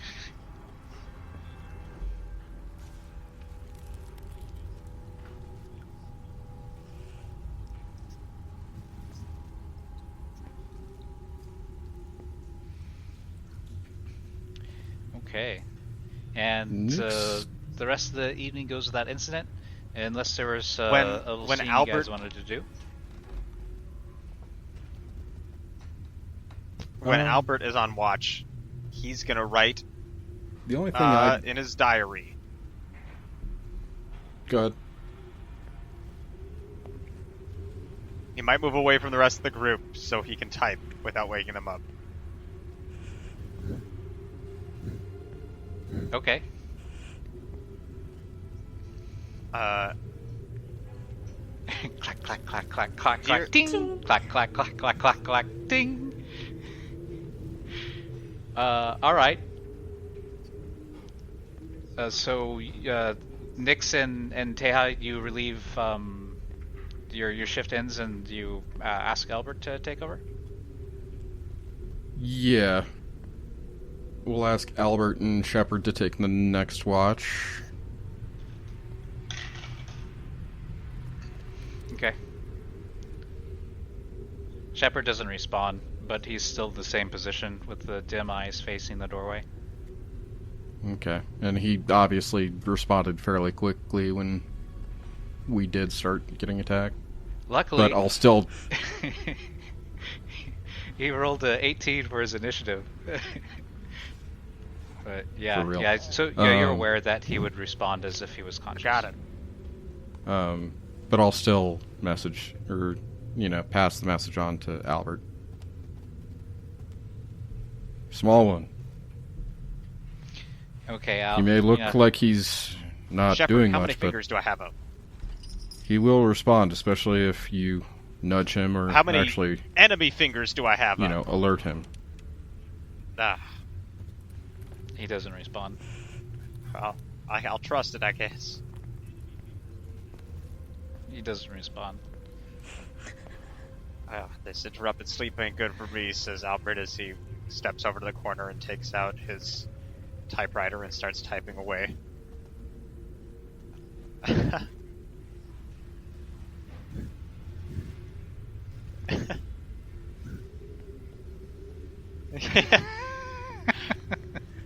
Albert? I love how inconsiderate that is. I hate it when I'm woken up. Clack, clack, clack, clack. Albert, while I appreciate you Yeah, have to of course, document of course. what you do, maybe also keep some eyes open over here, just in Albert case. will every time he slides, he'll look up and then look back down Okay. again and Thank type you, my out another friend. It's line. why it's called a watch, Albert. I don't know what you have planned, but I kind of have to go now. Oh, right now? Oh, I thought you had another hour. Oh, sorry. I thought it was. I'll send you the Audacity files. All right. Thanks. Have a good night, y'all. Peace. Yeah, you Yeah. Have a too. good party. Have a good Yeah. one, man. Okay. So the next shift, Albert had that shift. Nix and Taha are crashing, and Albert is typing. Albert rolled 34. But he's 36. asleep. 36. And Nix and Taha roll a con save. Nice. Oh, an 18. An 18. Ouch. And okay, as you're just in a deep sleep, and then you are awoken, and you feel like there's an earthquake, that the cave might collapsing, and then you see Albert's tail as he's underneath the bed and kind of banged his head, and he curses, "Dadgum beans! The rats are at it again!" And you see him pull back one of your supply satchels, and he pulls a little rat out of it. It's like, it got in the food, and then he just takes it and throws it out the door. And so, sorry about that, Taha. Albert, are you okay over there? I heard some squeaking, and so I looked into the to look at it, and there was a rat eating our food. It was the water skin that we pulled from the what were we calling it? The water shirt. Yeah, the water shirt that we use to carry water. Yeah.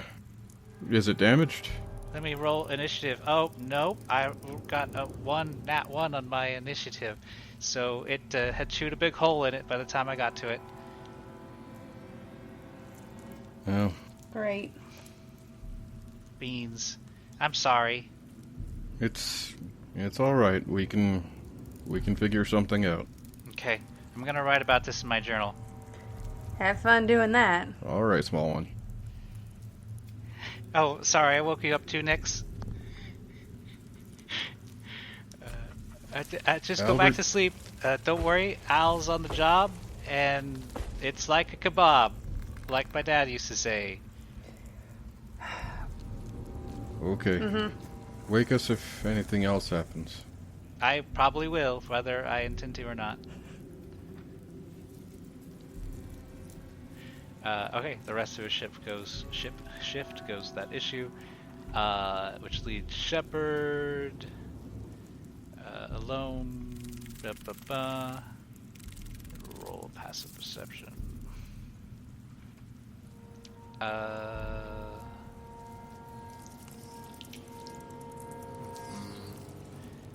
You guys aren't woken for that, and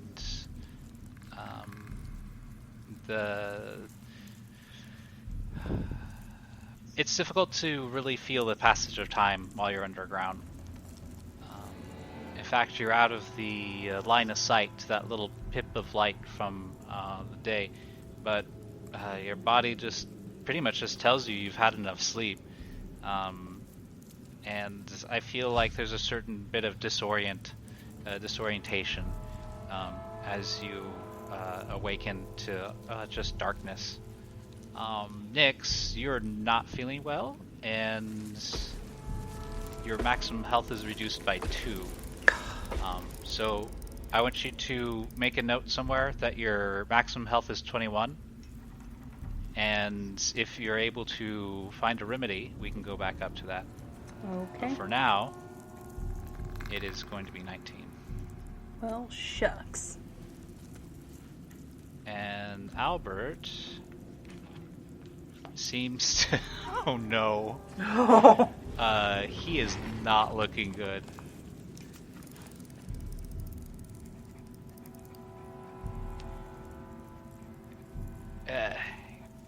His maximum health is now 5. He had 10 to begin with, and now his maximum health is 5.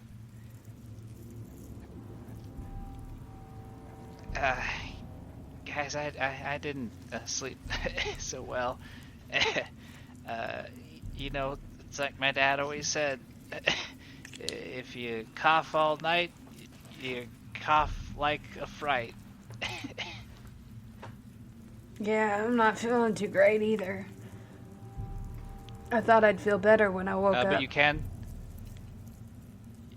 can spend hit dice to recover your health, though. And this counts as a short rest. Ah. As a long rest is a week. All right.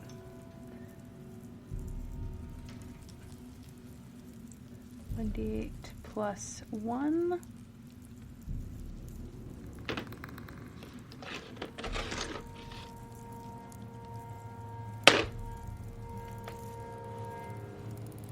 Recovered. I need to roll for Natty as well. 6 health points.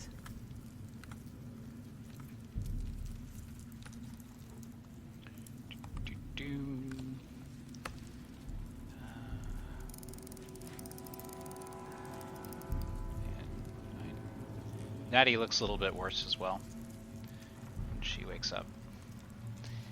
And she sees you and she sees Albert. You got it too, did you? That one of those poppers. That's what I've been calling them. Yeah. It hit us yesterday. What about you? I got hit a few days ago, and it's just been getting worse. Mm-hmm. Well then... It's some sort of disease. Yeah, we need to try and get out of here and see if we can get a cure.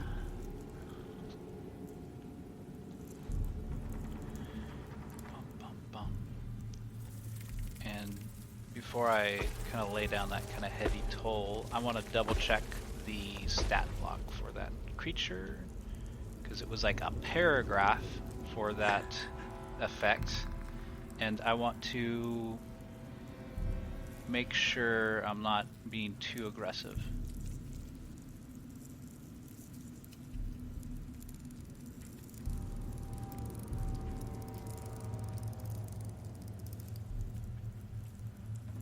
Nope.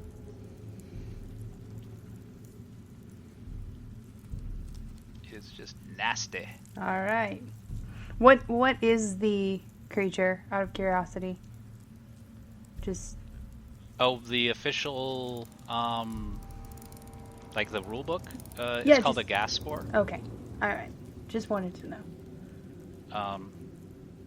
I just have a running list of all the monsters that I have encountered through D&D, just 'cause. Okay. Yeah, this would be a slightly modified version of the gas spore.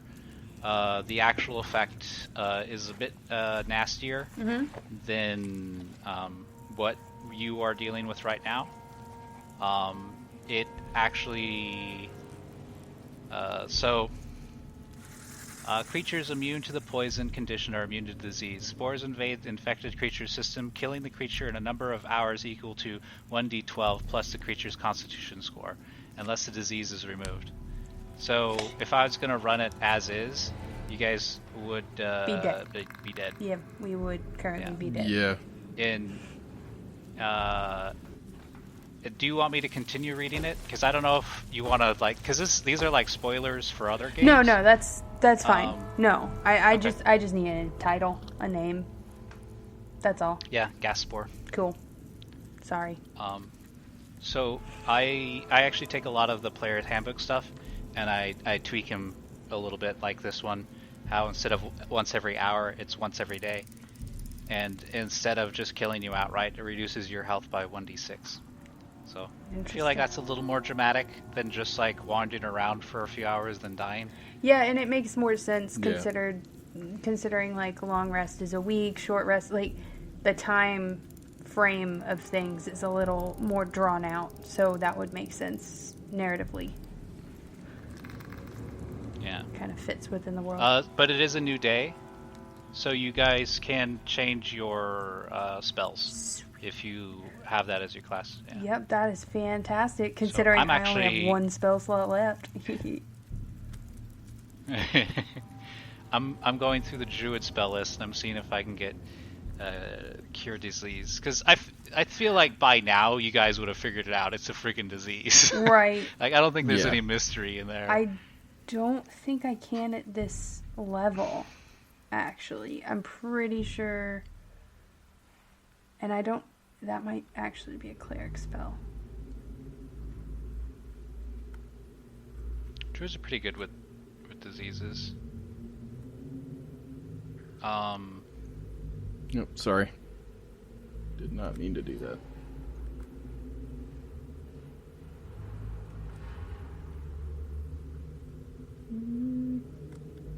Got protection from poison. No, I can do lesser restoration. But that's a second level spell and I can't cast it. Crud.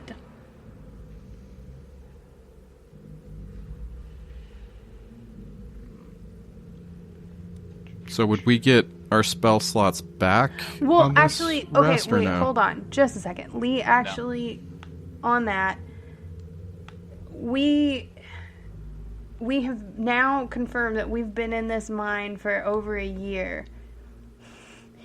I still have spell slots that were taken up from our fight with the gnolls.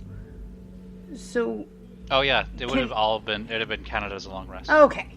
Sweet. Then I am then I've only cast 2 spells technically. Okay. Wonderful.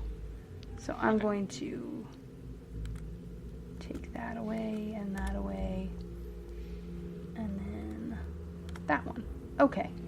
All right. Sounds much better. But I can only cure one of I would us, be- so that will be Albert.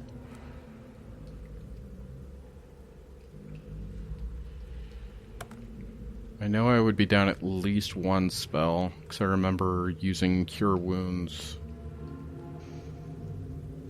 on someone. Okay. And then...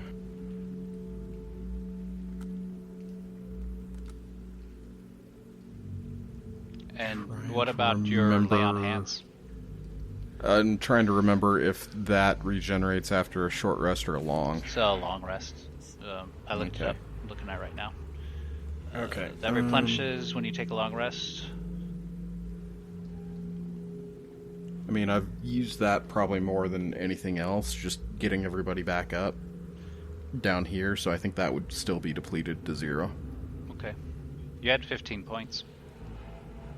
Yeah, but I kept using it on Nyx and Albert You actually every time we used got it, into a but fight. you used it more above ground than you have in the mines.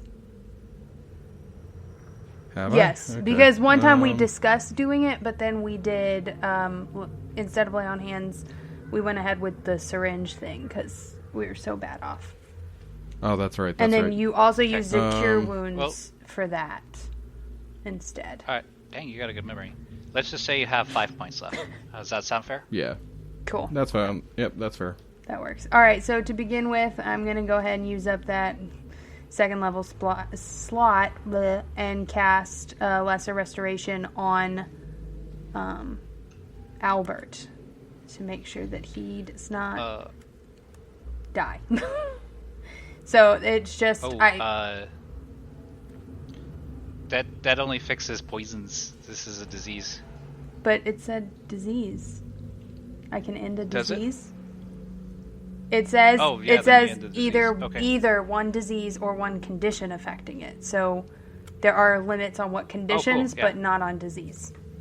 So he is cured. What is this? Lesser restoration.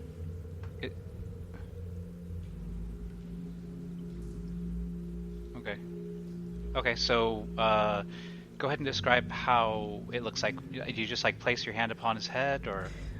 Yes. So Nyx reaches out her hands and just kind of puts one on top of his head and then places another one over his heart. And then you see just he kind of throbs with just this glow of moonlight, kind of like a pulse, like his heartbeat. And then as she removes her hands, it stays, it lingers in him, and then it just kind of fades.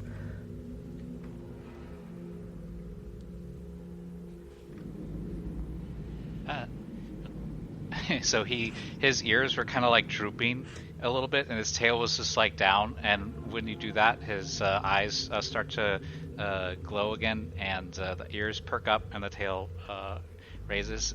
And he's like, "Oh gosh, Nix, thanks. You didn't have to do that." Well, I mean, I didn't, but the other option was to let you die by morning, so figured. Yeah. Figured this was the better I was option. just being. I agree totally. I was just being hyperbolic. I really do feel like you had to do that. Yeah. Thank you. It's the morally right thing to do. Yeah. Yeah, I agree. Didn't want to be dead. Well, I was feeling mighty sick. despite your questionable sayings all the time, I quite like having you around, so I wasn't quite ready to lose my partner. Oh, you make me blush. And to be honest, I wasn't ready to not be around neither. And That's fair. like my dad said, a short life lived is a short life earned.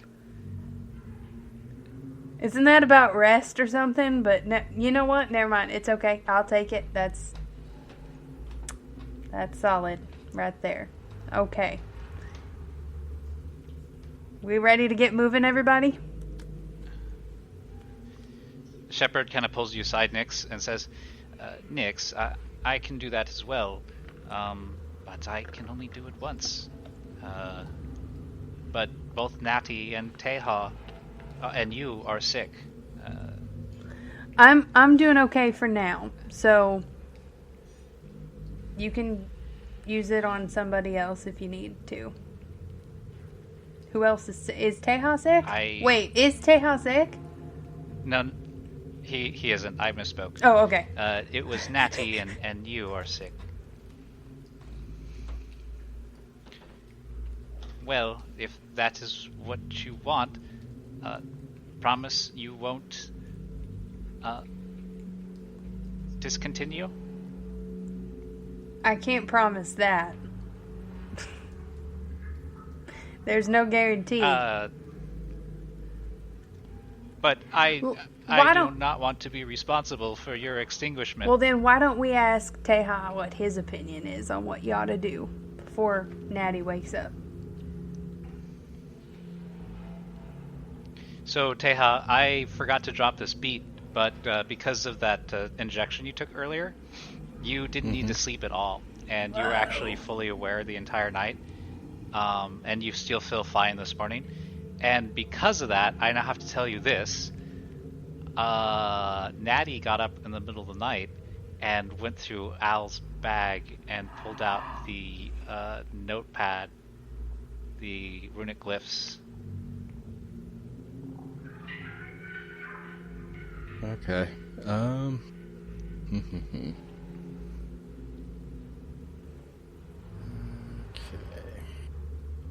And she made a tracing of her own and then quietly put it back into Albert's bag. And you're only able to see that because of that random thing you did earlier. So. Wow. Hey, sometimes testing on yourself works out in the end. All right.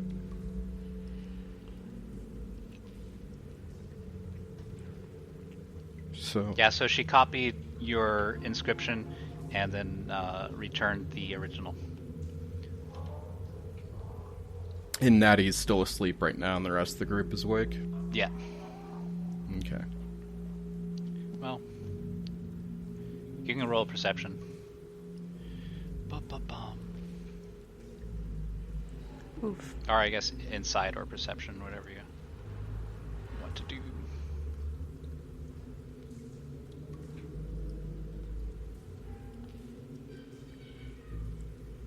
Yeah, she's asleep. Okay. I'll get up and walk over to the rest of the group for right now. And obviously overhearing what Shepard and Nix have been talking about. My friends, with the idea being that we may be using that cave in to get out of these tunnels, and with what Nettie had mentioned about possible bandits or outlaws on the other side, I think it would be best if Nyx was fully healed and fully capable, just in case we do have to fight on the opposite side of that cave-in. That's a good point. Well, I would prefer to be able to use words and hopefully dissuade those people from attacking us. I don't think we should guarantee or bet on We that. haven't been doing very well with persuading people not to attack us. Agreed. I mean, we haven't really run into anything down here I with think- much sentience, but, you know. I think that it would be best if we all could be as healthy as possible for that fight. I think you're right, and, you know I'm not really the best person to be saying this, because it's kind of a bit of pot calling the kettle, but I don't really know how much I trust her, so... Well, I'm just saying, I know her type, how about and this? I know I am that type, but I've been a little bit more forthcoming with you guys. Been around you a little longer. I understand. How about this? Shepard, how about you take Albert and Nyx just a little farther, closer to those railroad tracks, and work on making Nyx better from this disease. And I will talk with Natty. I don't want to offend her or call her out in front of so many, but I also want her to understand where we are as a group and where we would like to see her help going forward. When you suggest that Shepard takes Nyx aside to cure her, Natty coughs violently, and you can see a little bit of phlegm, maybe a little bit of blood as she coughs, and then she pulls the blanket up a little bit higher and shivers a little bit. Nice guilt trip there. Nice. That was out of character. I'm just saying. Well, Thank you for that guilt trip. Taha will obviously look at Natty while she coughs and see that obviously she's ill as well. While I don't think that I have any right to say who should live or die within our group or within those we meet, I also understand that we need to take care of those we know best. Let's see if Shepard can heal you first, Nyx. Like I said, you guys step over there and do that, and I'll wake Natty and talk with her, and perhaps we can get out of this cave system and get to someplace else. We can also get her the help she needs. Alright. Sounds like a plan. Then we're gonna do that. I walk over towards the Okay, rails. towards the rails. As you're leaving the room, you hear a rustle as Natty sits up. Please, don't go. I can tell you about those discs in your head, but only if you cure me. I've already left the room. Oh, she got up, like, it became apparent that she was faking being asleep. Mm-hmm. And hadn't been listening in. Natty, you and I and perhaps everyone else need to have a talk. And I was hoping to talk with you and not do this in front of others, because I don't want you to feel attacked or isolated, or even ganged up on. But I did want to confront you about a few things. Well, I already told you I wasn't gonna, take from the dead.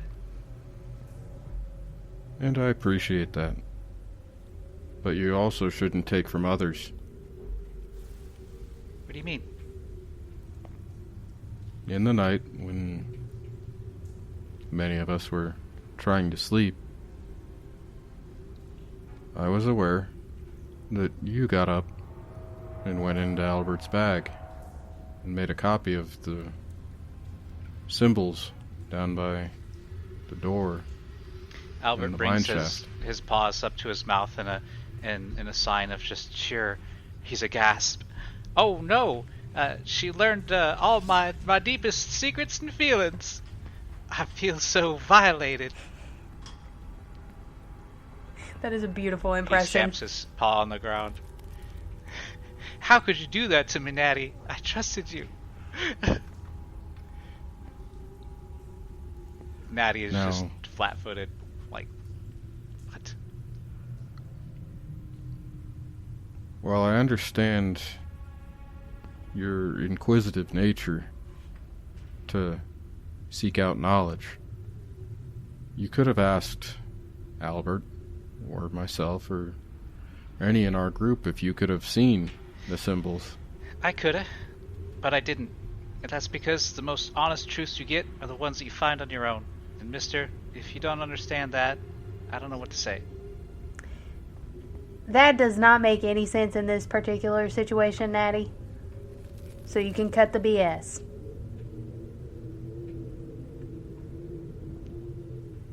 Because look, it's just how whether you I just didn't want to bother. Whether you snuck into his bag or whether you ask us, those marks on the paper aren't going to change. You could have asked first, and you didn't. And I might be a con artist, yeah, but at least I do that before I stoop to something else.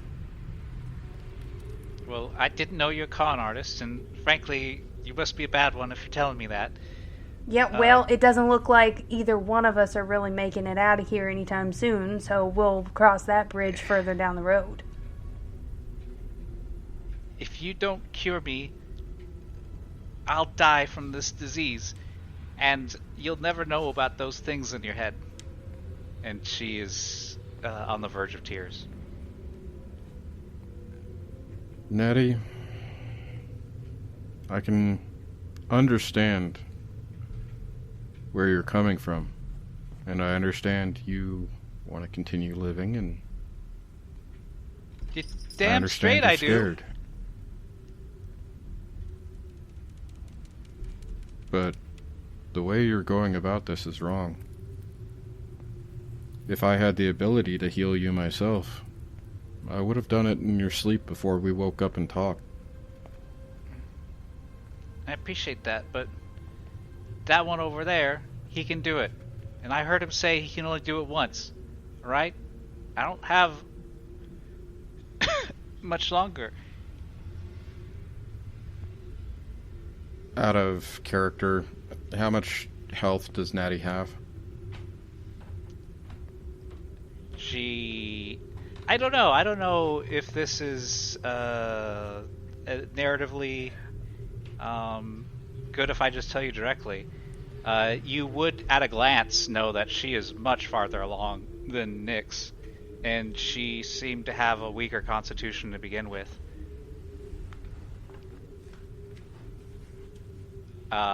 Is she injured at all? She was looking, as a point of reference, she was looking as bad as Albert was around there when before he was restored. Okay. That, like, ballpark, she is around where he was. Does that work for you? Or I can still just tell you the number, or I don't know if you want the number or just work with more of a narrative. I'm more wondering if I did lay on hands, if that would actually help her in this situation. Yeah. At least as a stopgap measure. I guess from your experience with it now, you would be aware that she could expire anywhere between 2 to 4 days. As she stands right now? Yeah, she stands right now. She looks pretty bad. Like Albert was looking pretty bad a little while ago. Okay. Going back to character. Natty, there are things that Shepard can do that may help you. And I will help you now so that you know that I and this group are coming from a place of good. And I will kind of kneel down to her level, because I imagine she's shorter than I am. Yeah, she's a small creature. She's about 4 feet tall.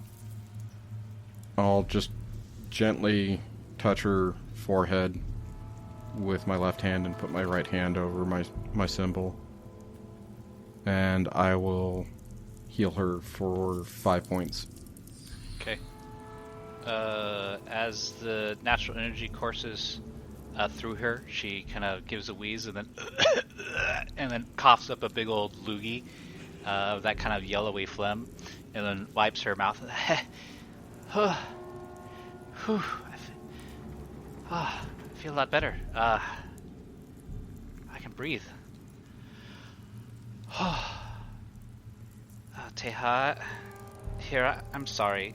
If I would have known you guys were good folk, I would have asked. This is what I copied. And she opens a rag and she hands a copy of the runic panel to you. The one, it's an identical copy of what you had taken earlier. Natty, do you know what any of these symbols mean? Loosely, they are a system of their number set, and it's the writing of the ancients, and they all have, but instead of noises, it's more based in the firmament or elements. Like this one here is the representative of Earth. This one is of light, and they use these in conjunction to express ideas. So where we would say it's a long road, they would roughly translated, the wind is long drawn. It takes a specific way of kind of thinking, as much as the actual knowledge of the language. But I digress. What I think it is, it's a locking mechanism. DM or a password. DM, is this closely related at all to Druidic? Would Nyx be able to? Yeah, it's like if you took Druidic and made it into a cold science. Like if you took the energy of Druidism and you cut the spirituality out of it, and then just left the raw mechanisms. So, like, looking at it, you kind of understand, but at the same time, it fills your heart with a little bit of despair, because the living essence and the vitality of it is kind of taken away.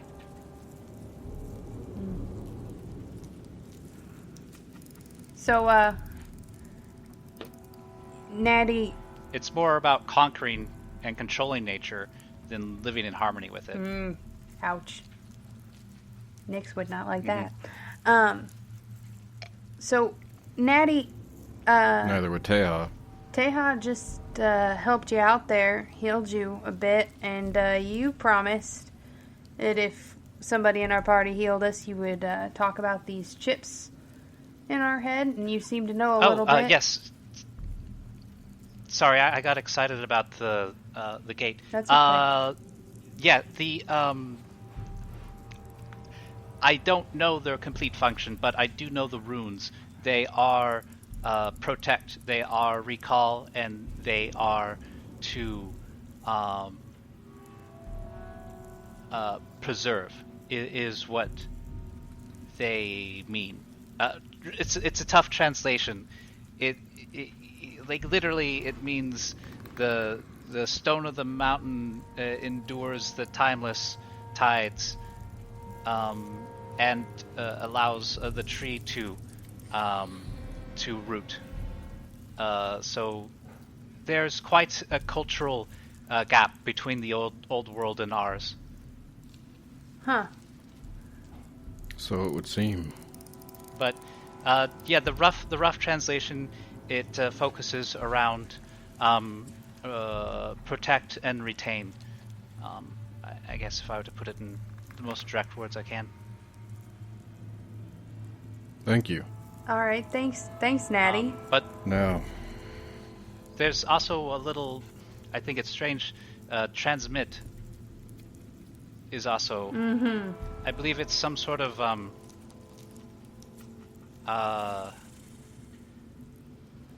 it is a retainer for the soul. Mm-hmm. And she looks around So- like she feels like she's a little crazy. So you're saying that this little Let me- chip is kind of keeping our minds or our memories retained, and or our soul? Well, It's I have an experiment in mind. yeah. I'm starting to think. I think we have the same experiment in mind, and Nyx is going to just Okay. gently try we're- tugging Okay, on three. at it. Not to rip Alright, it on all the way three. off, but We'll just say to it. tug at it and see. Oh, you're gonna. Yeah, tug she's at just okay. doing it. The action of Okay. trying to. Roll. Oh, I had a totally different idea, but okay. Go Okay. ahead. Sure. As she says, 1, 2, 3, you die. Nope, not that experiment. Oh, you're doing something No, different. Okay. Yeah. Okay. Roll. Go ahead and roll athletics. Athletics. Okay. And I guess you can do it with advantage because it is your head, I guess. Oh, okay. 15 minus 1, so 14. No, wait. You said advantage, not disadvantage. I'm sorry. 17. Yeah, 17. advantage. Nice. 17. 17. Oh. It hurts a lot. Are you going to keep doing it? Do I... Like you could... No, I'm saying that it's a success. Okay. But I want to let you know that before you get the full success, it hurts. And I was wondering if you'd push through the pain, or would you listen to that warning and not? Should probably listen to the warning and not as much. Okay. She would kind of back off.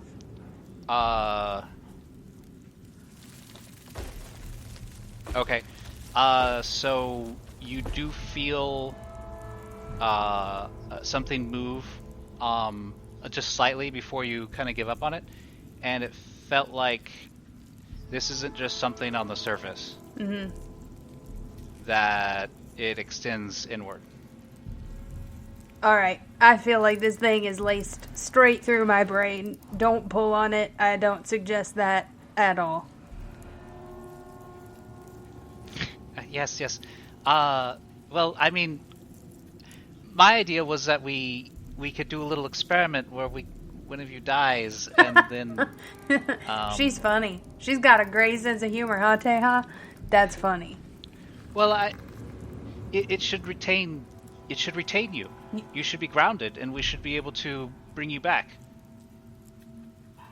Maybe. Yeah, that's not a hypothesis that I would like to examine.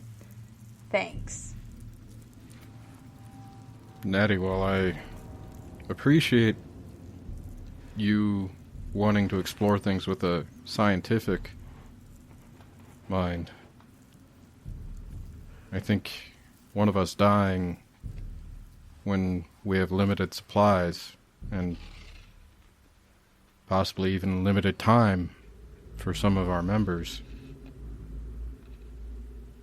wouldn't be the best use right now. She shakes her head in agreement. Yes, I get a little ahead of myself. Kind of going for the swinging big rather than the little steps. I guess a little more appropriate would be to we could get a diviner cast detect thoughts on you and try to dive into your mind. I think that would be a little more prudent before just jumping to murder. Yeah, probably. And she shakes her head, agreeing with herself. Well, I mean, sorry, I just got excited and I meant nothing by it. I just, there's a lot of possibilities. There's, we could, what else could we do? It's okay, small we could one. Get out of here. I understand, and oh, right. So she seems really preoccupied with this exciting new technology she's discovered in you guys. Like, literally discovered in you guys. Natty, well, I applaud your enthusiasm. Nix is right. Let's try and get out of here first. And then, if we can find someone who knows how to perform the skills you mentioned earlier, we can try that next. And maybe it will lead us to further knowledge and answers. Sure. Sounds like an adventure. And before we go much further, Shepard, is there a little something we're gonna do? Oh, of course. And he reaches over and I'm trying to think of something really elaborate, but I think he just presses his hands together and you can see kind of the energy swirling around his hands, and then he brings them out equal distance and goes like this, and like little crackling little bolts of green, and you can feel the disease being dissolved within you.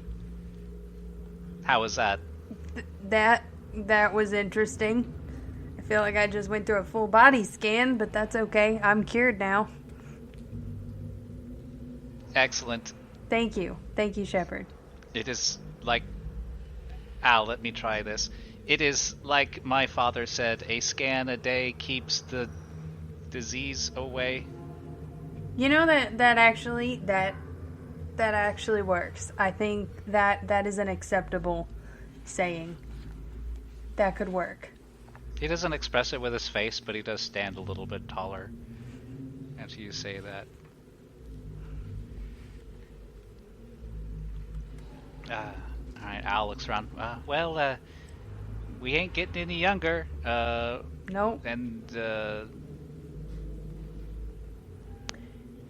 okay. Just to be clear, so we'll pick up a handful. DM, my max HP is back to normal because the disease is gone, correct? Yeah, okay. Yeah, you're back to normal. Alright, yeah. Just checking. Yeah. And I'll remove the token. Boop. Okay. And then, did we grab any of the mining equipment, like pickaxes, whatever, from the lockers? Oh, I don't know. No, let's do that. What? Yeah, let's... What's in there? Okay. There's block and tackle, and some rope, as well as 2 mining picks, a crate of old dynamite, and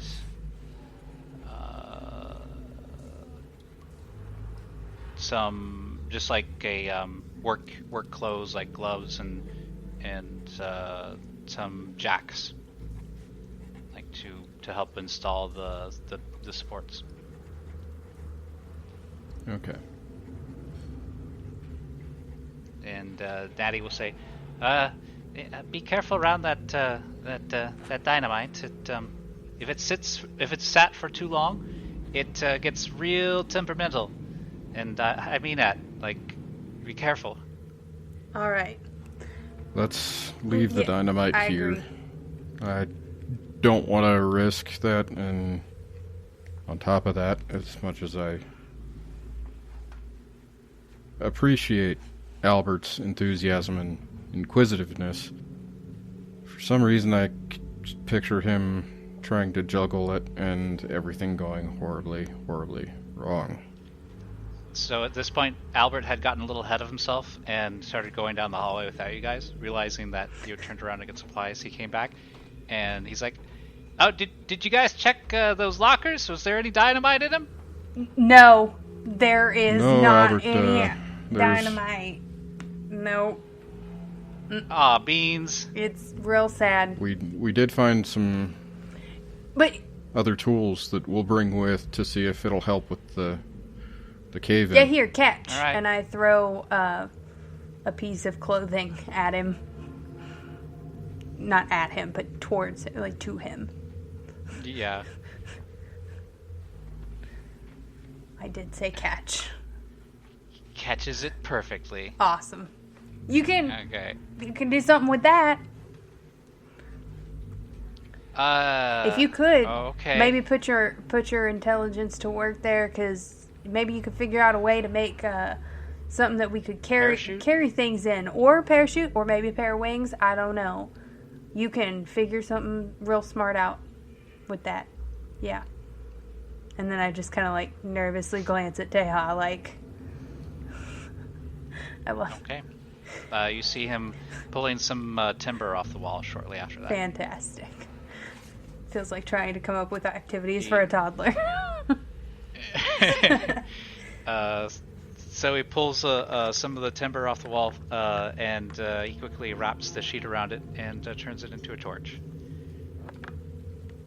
That is an excellent solution. That works.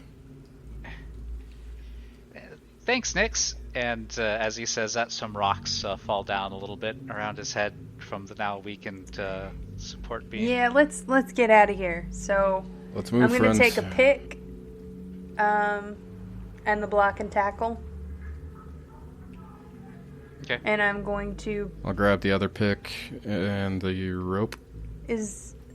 how much space does the block and tackle take up approximately? Oh, it'd be 8 pounds. Yeah, it's 8. And you can fit it within your... Okay. All right. I'm gonna take off. Okay. Natty looks around. Where are we heading? We need to find a way out of here. Which directions cave-in. have you? Yeah, the cave-in. That's right. That's where we were headed. Sorry. Yeah. All right. Just grab and equipment. We got a torch. Ow. Bump. And so you guys are moving back to the rat nest, right? Wherever Natty had said that the cave-in happened. Well, the cave-in's over by the rat nest, Correct. and then that horrible flying creature is over yonder by the man basket. You know, the vertical shaft. Mm-hmm. Okay. So pick your poison. Then So we'll go to the rat do we nest want to and fight? see what we can do. Do we want to fight? I think the question, Taha, is: do we want to fight a whole herd of diseased rats or one flying tooth thing? A toothy pancake. Natty, how large was the creature that was up in the other area that you had seen? So Natty's about 4 feet tall, and she kind of looks up at you and says, about 4 times as big as you. No. So it was big. It was big enough to cover that 8-foot diameter shaft. Wow. Yeah, I think I'm. But the thing is, it was wide, but it was no thicker than 5 inches across. No thicker than that. It was like a great stingray. When did you see it attack any of the bandits that were chasing you? It absolutely eviscerated them. That's the only reason I was able to get away, because I assume it just thought that they'd be a little more savory. Or did you notice anything about their wounds when it attacked them? Did they dissolve? Did they get diseased? Anything? It seemed to latch onto them. They fought back against it, but it would grab one of them and try to impale it with its stinger. And when it did, it seemed like the wounds inflicted upon it seemed to magically flow along the stinger to the grappled victim, damaging them as much as itself was damaged. They fought it for a bit, but then retreated. Thank you.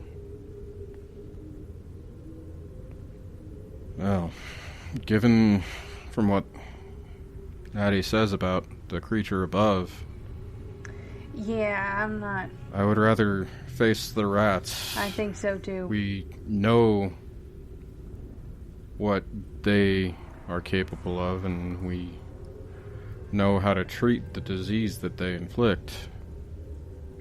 Yeah, that's what I would So- say as well, because I don't know. The easiest path is not always the most intelligent one to choose. It's not always the Agreed. wisest. Natty, before we go in either direction, are you capable of fighting? Well, I'm not so bad with a crossbow. Do you have one? Okay. Nope. Do you have any weapons with you? No. Well, I've been killing these rats with some mining tools that I found. I guess I could rig up a sling. Okay. Yeah, there's some clothes over there. You could probably use that. Okay. If we... Hey, Al, do you still have any of the... Oh, you set it on fire. Oh wait, I only threw one piece Just- of clothing at him. Okay. Yeah, I'm just... Oh, messing okay. with you. So she goes over there and she's able to make some... she's able to equip herself with a sling, and there are Nice. infinite rocks in this cave. So the next up would be Shepard. Nix, we still have these orbs. And he holds up the silver black orb Yeah. with the big red button. They, I don't remember what they do, but I do know that they are very good at what it is. you know, I'm thinking, and I've been thinking this since the beginning. I think they're bombs of some sort. So you know what? We might hit one of those and throw it at a pack of rats and see what kind of damage we could do. Or we could heal them all. And then, you know what? We're better All off right. that way, too. Well, I heard some scratching down this rail track. Maybe we could find some rats that direction. I'm thinking we could head over to that, that one tunnel, go down where the drop-off happens, and we can look down on all those rats. Because there's a nice ledge there, so they can't really get at us, and we can just throw one of those down at the rats and see what happens. Very well. Might That seems like an adequate test. not be a great plan, but you know. What do you think, Taha? I think that the plan of heading towards the exit and using one of those devices there will be our best bet. The cavern there, I think, would probably be a bit stronger than what may be down these tunnels. Mm-hmm. I agree.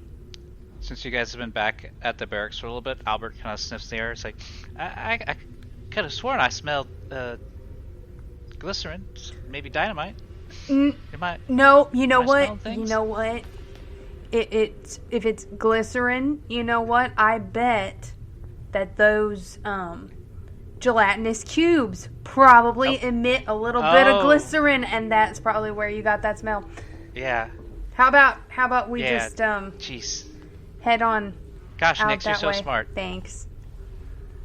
I mean, what can I say? All right. My dad taught me a lot of things. Does your dad have some sayings too? Have some sayings? Oh yeah. Well, he has one. But it's not really helpful right now. No, keep it to yourself. I don't want to hear it. Okay, good.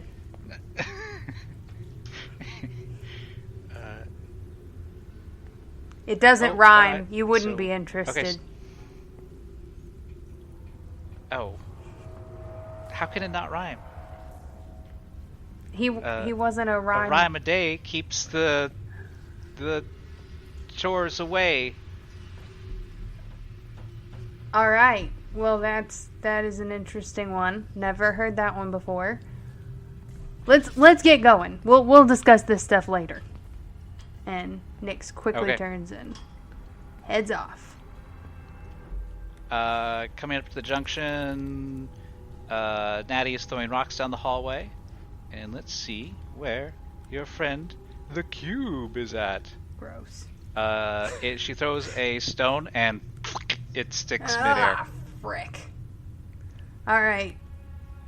Wait, which direction is she throwing it? It would be right here. Ah. I'll just drop a token down on the map. So she threw it out. So in my mind, these hallways are like 100-foot runs, right? Mm-hmm. And then it's just kind of compressed to fit on the screen. So when she throws it out, it's like 80 feet, and let's go 40 feet, so it's still within your light source. Okay. And it goes plop, and the stone is just kind of floating in the air. All right. So we already figured out that they like dirt and grossness, and I don't feel like fighting this thing right now. We got bigger fights coming. So how about we retreat, and we'll go up this. We'll go down the way we were coming from. And we can lead it this way using maybe some of those dead rat bodies from the fight last night. And just, maybe Albert could do his thing. We'll just... Okay. We'll divert I'm gonna it. Say nearly all the dead rats are gone, as they've been scavenged. So you have 2 you're able to find. All right. Then Nix is going to start dragging them along kind of the floor. And then... By the tails? Yes. Okay. And you're going to just like put one here and one here Yes. so it cannot boop boop. Yep. Okay. And then... Let me roll a wisdom save. Then running this direction to be over here.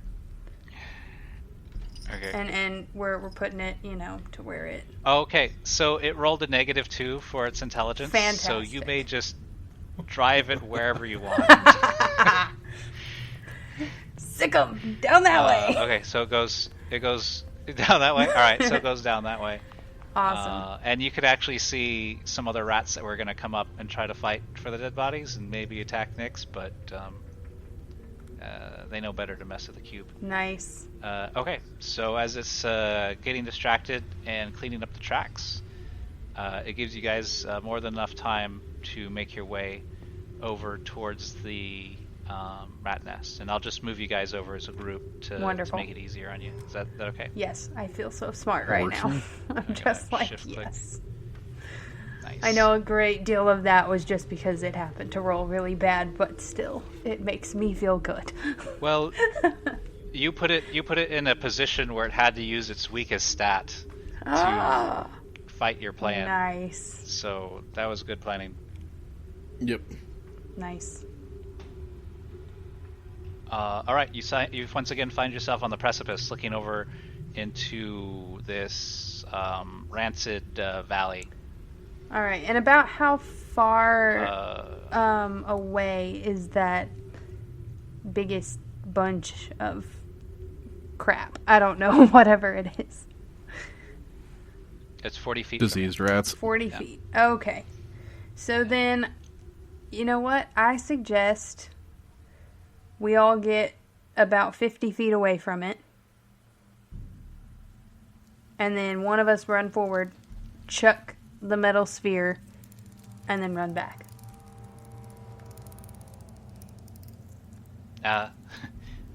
Natty looks around. Actually, I guess Albert would look up at you. It's like, Nix, I know we've been through a lot together, Nix, but I think I would be the one to throw it. I mean, I've read about these things in my books, and I just know how they're done. And, well, I mean, thank you. Yeah, that would be pretty, Taha. See, I don't want to... He looks up at you and says, Nix, you gotta trust me, Nix. If you can't trust me now, then when can you? And he pulls out his metal sphere. Oh, it's not about trust. Believe me, it's not about trust. It's about your strength of character. Your strength of character. Yeah.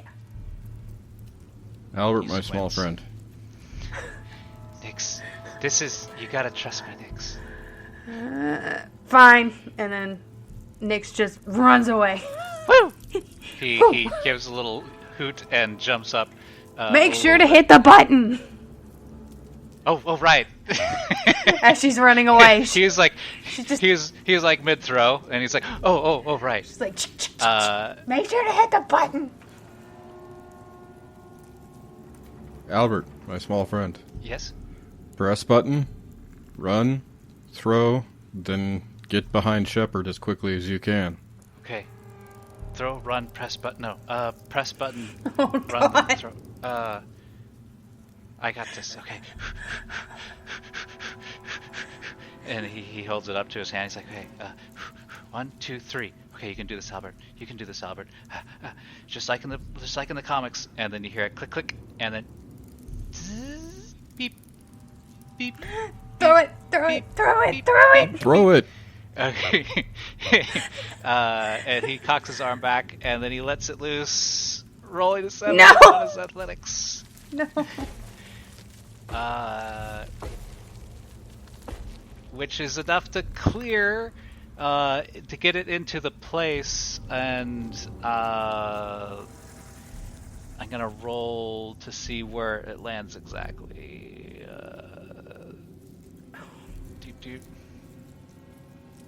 We got a 10 and a 2, so we're gonna go up 2 and back 10.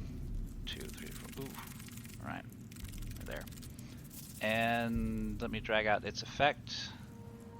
As you see, it the little red button blinks faster and faster until it becomes a solid light, and then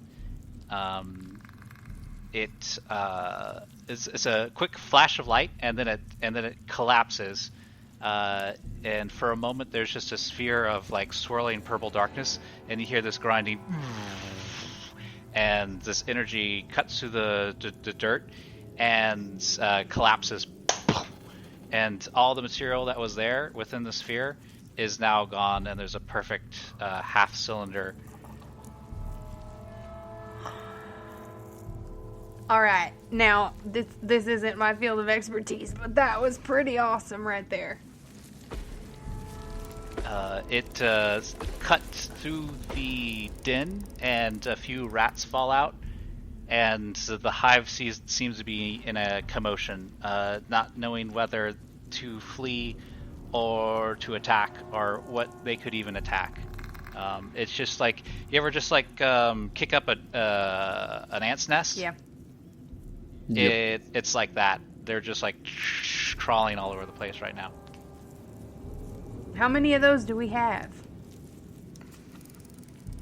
We have one more. Only one more. All right. Well, we ought to save it. Did it do any damage to the rocks? Can I see if it? Yeah, it's just gone. Okay, so it will potentially blast our way out of here. It's Cool. not so much a blast, but it just removes everything Yeah, within the yeah. radius.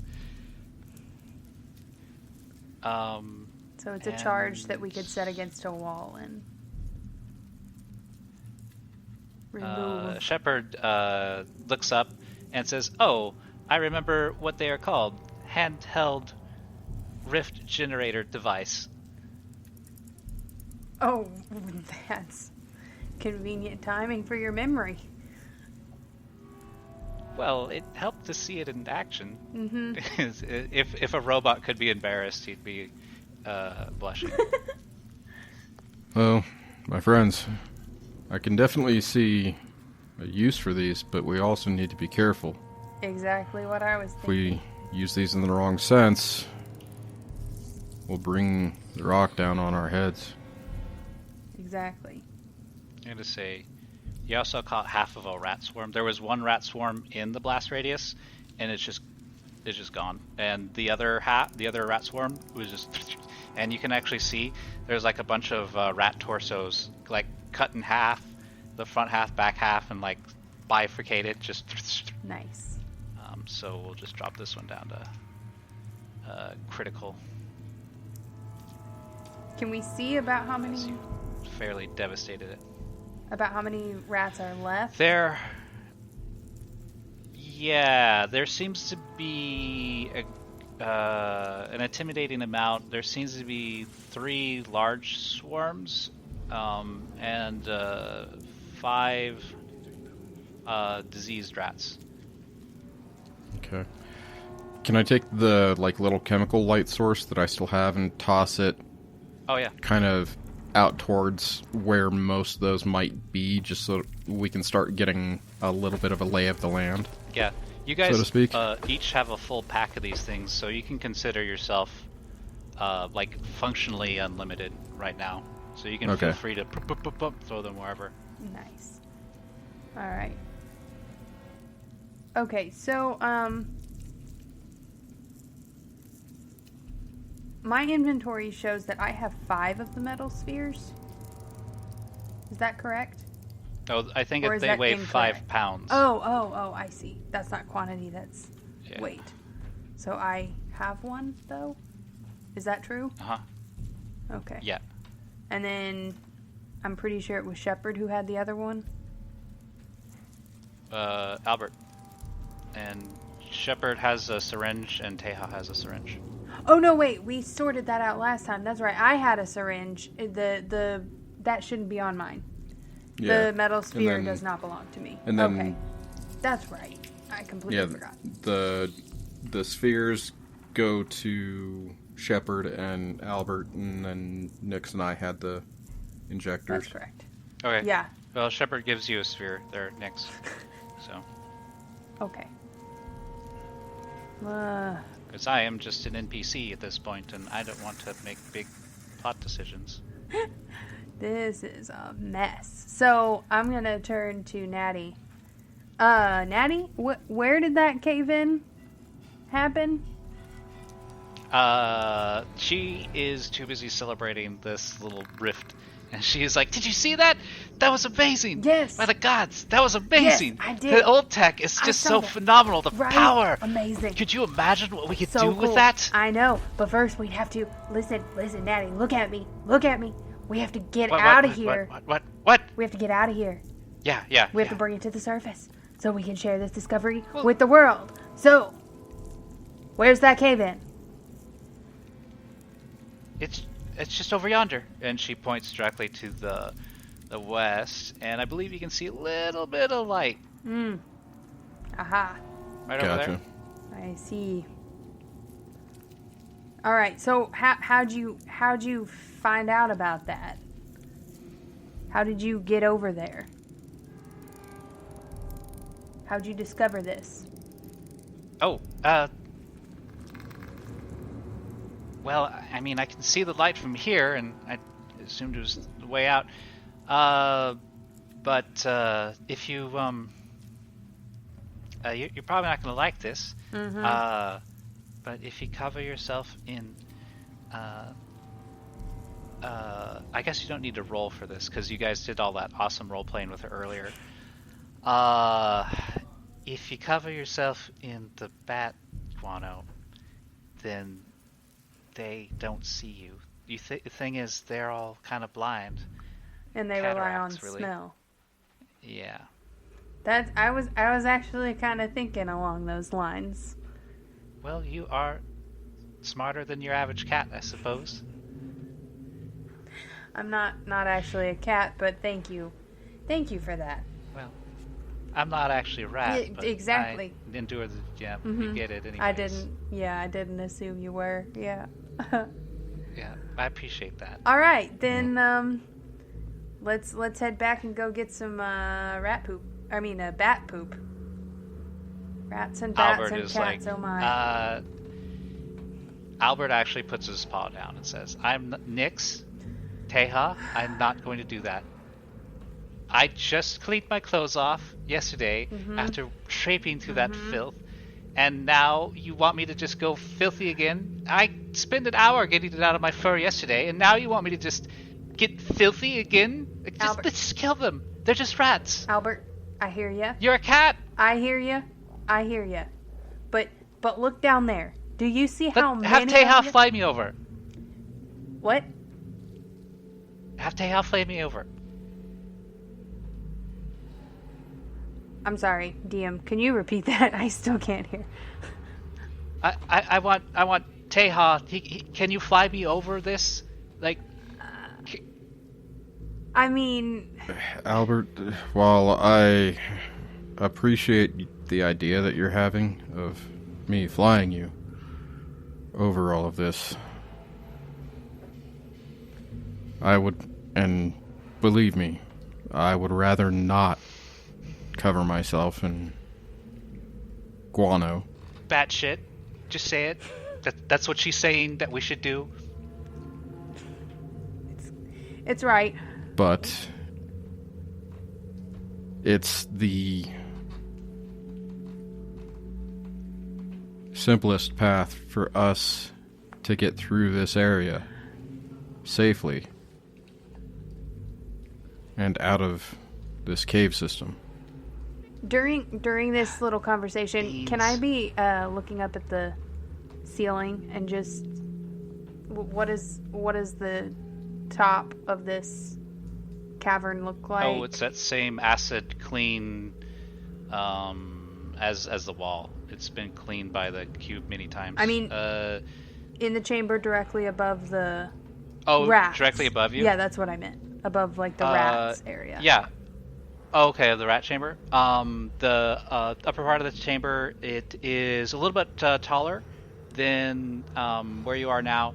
I'd say it's about 15 feet, which doesn't sound like much, but it's pretty big for as far as caves go, you know. There are no stalactites.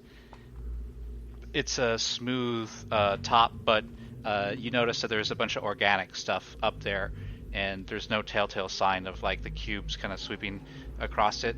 But you do see bats kind of like flying in from the eastern side, kind of like flittering back to the main, and every now and then you can see those turmeric, those little fleshy polyps on the back of the rats. They actually aren't polyps. They actually break away every now and then and fly up and then snatch a bat and bring it back to the ground. Yeah. And the rats and the creatures seem to eat it. Like, Yeah. so there's some sort of like flying creatures nesting within this hive that are trying to get other flying bats and stuff as they go by. Okay. So, kind of these It's like parasites. the DM set a trap for flying creatures. That's exactly what I was thinking. No. I was actually trying to figure out this little ecosystem here, but I think I've... yeah, you can roll... Yeah. Yeah, you can roll a nature check. Nature check? Cool. And I can just, depending on that, I can just, give you direct information. As a druid, that should be pretty strong. Okay. That's a 15 plus... Where's my nature bonus? Okay, it's a 16. Okay, so you know these as strigs. They are a type of mammalian mosquito. It's like as if a flying squirrel was crossed with a mosquito. Okay. And what they like to do is they like to latch onto things and drain the blood out of them. Fantastic. Until they're too heavy to move. Yeah, they're absolutely just fucking disgusting. Sounds like it. Yeah. Loving it. All right. Yeah. It's like flying leeches is pretty much what they are. So now that she's investigated all of this and kind of gotten a bead on the ecosystem in this little part of the cave, she's going to turn with a most charming smile and say, "All right, Natty, you've done this before, where they don't smell you if you rub bat guano all over yourself. So you wanna give us a little demonstration of how that works?" Well, yeah, it gets us out of here. Mm-hmm. No problem. So she will then go back to the bat cave, and there's just an excess amount of guano in there. And she holds her nose, like she just like very elegantly takes her hand and places it upon her nose like this, and then throws her arms back and just falls backwards into a giant pile of poop, and she just disappears. And then a few moments later, she comes crawling out, and then shakes like a dog, and it's like, ta-da! Or, I think she'd actually say that. She'd roll her hands out and like sarcastically look at you and be like, ta-da! Okay, you're covered in shit now, but is it gonna do any good? That's what I want to know. Well, you can smell for yourself. All right, I lean in and take a nice sniff of bat poop. It's acrid and sulfuric. It is the tang of 1,000 digested insects. Yes. The excrement rotting on the ground. Delicious. It could curdle milk. Yeah. Very yummy. Yeah. And it's kind of you're kind of thankful you haven't had anything to eat. Yes. At this point. But I don't smell any hint of her scent. Do I? Not one bit. All right. Then I'm going to follow suit and just do a little salute to Taha, plug my nose, and fall into the poop. Is this going to be a con saving throw? Taha salutes her back. Yeah, we can do a con save for, like, RP. Okay. Oh, why did you fuck me over? It was the first nat one of the night.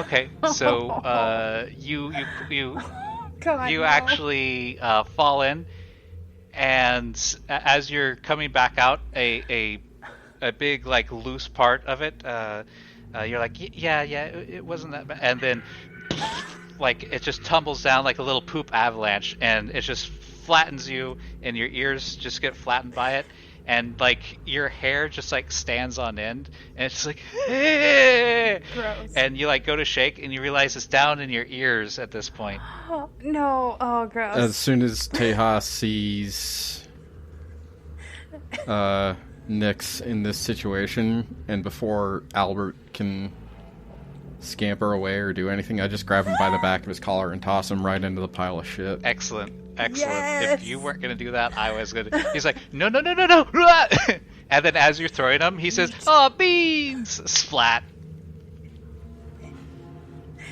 And then Nyx is going to turn around and pick up 2 handfuls and just like chuck them at him. Like, she's already covered in poop anyway, so you know what? Yeah. We're going to have a whole little poop fight here. Like monkeys. All right. He's like getting up. He's like clearing it from his eyes. Like, it's not that bad. It's kind of warm. And then splat right across the face. He's like, Nyx! He just like shouts and shakes. Taha's gonna look over at Shepard and say, "Is this what you groundwalkers refer to as a shitstorm?" Yes. Shepard doesn't know how to answer that, so he answers with the question. Yes, shitstorm. Correct. A metaphor for things bad. Well, it's your turn. He just walks in, and then just sits down, and then stands up, and then walks back out. Shitstorm complete. And he looks at you to see if you used the word right. Well done. Is that necessary? And he points towards Nyx, throwing poop balls at Al. Is that part of the shitstorm? Nyx speaks up over her shoulder and goes, "No, totally unnecessary. But you know what? I'm thinking, why not?"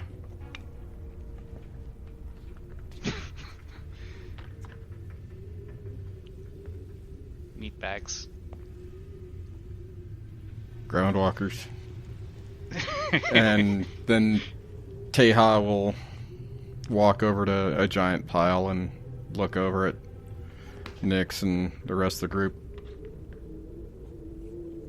Once we get back to town, I may need one of your help getting all of this out of my plumage.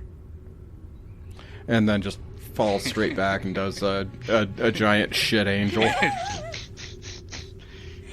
Well, I'll tell you what, when we get back to the surface, I'm gonna spend whatever I can to get the nicest bath I've ever had. I think we've earned it. I would agree. And then I'm taking a week's vacation. Your week's vacation. Nice. So you guys are all disguised, so to say. Gross. And once again, you find yourself on the precipice. I think Natty would be the first one to go as a sign of good faith. Mm-hmm. And she kind of climbs down the edge. She's like, so this isn't perfect, but if we stick to the wall, it should be the less troublesome for them. Remember, we're guests in their home. Mm-hmm. That's, yeah, So true. you guys can roll stealth, and you get to add plus 10 because of disguise. Sweet. And then it gets to be at advantage because you're all helping each other out. Wonderful. Don't mess this up. Please. I'm mad at you.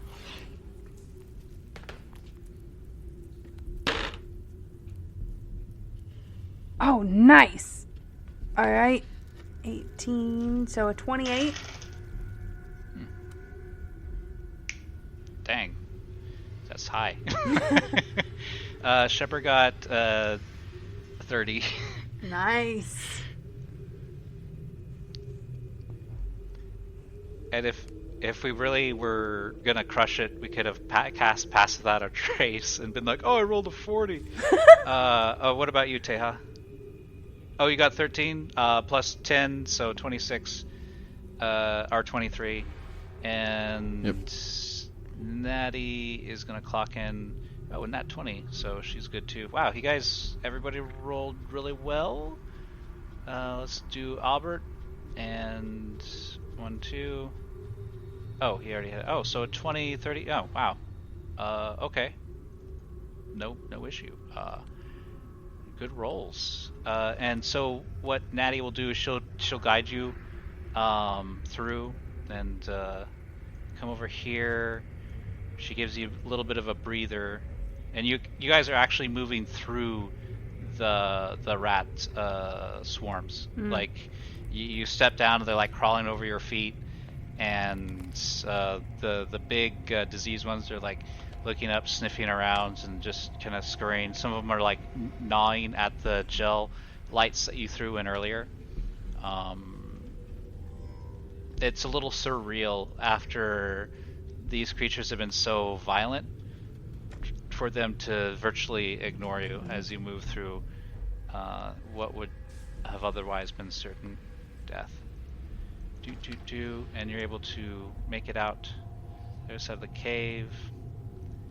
and we'll give you some more light as we go, because I believe you would have had to have abandoned the torch to prevent. Yeah.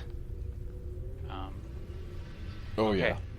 And from here, for the first time, you guys can see out right now, right? Yeah. Pretty close, yeah. Okay. Yeah, so you should see like a collection of large boulders where you can see like little beams and maybe some little like characters out there, right? Mm-hmm. Yep. Okay. Well, I did have a fight here for you guys, but since you guys are disguised, there was a pack of scavenger rats that you've seen moving through the hallways before. Mm-hmm. And they're just gonna ignore you and kind of go about looking for things. And you can see they've actually got in their mouths little bits and bobs from a camp, like little scraps of like saddle leather and like a shoelace. It's signs that civilization is nearby, or at least a campsite, and these little guys have been raiding it. So, yeah, Gotcha. no need to fight them, All right. as they don't see you as targets right now. For one moment, really quick, DM, can the thing is about you said the size of a cigar, the syringe thingy? Yeah. Okay. Nyx is going to, noticing all of these things that you've just described, she's going to stop over to the side, take out her piece of tech, and slide it down her shirt and keep it hidden. Oh, Just okay. protecting That's it a clever. little bit better than just in her bag. Roll me a. I like that. Roll me a sleight of hand. Okay? Haha. Oh, And this is good. This is my thing. Oh, yes! A nat 20 plus 3. Okay, so they will 23. have to roll 23 or higher in order to find it if they are searching you. If they search, yeah. Yeah, if they search they you. search. So I think you're fairly confident that they will never find it. Like, it's just, At least not while you're breathing. yeah. That's right. I will definitely... But you do see movement outside in the daylight. You can see at least two, but maybe more, a ground-tied axe beak, commonly used as a mount similar to a horse. But it's a large ostrich-like bird. And a large cave-in bars your exit. It looks like a small creature could squeeze through it if they got lucky, or a tiny creature could make it through without any issue.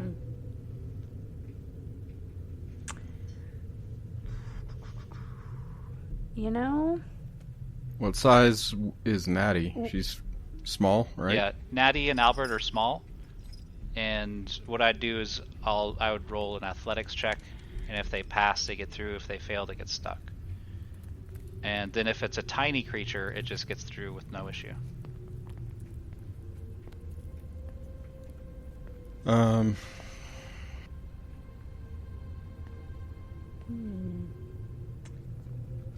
Hold on. My friends, before we do too much as far as the cave-in, Natty, you said that there were bandits usually on the other side, correct? Yeah, that's them. Looks like it's the same gang that chased me down here. Okay.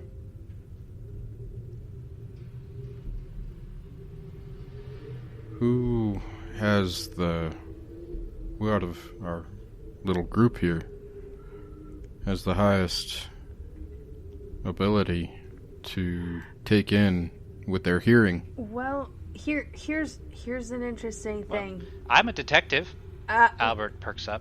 Yes, that is true, but here's the question. Shepard, how many times can you wild shape?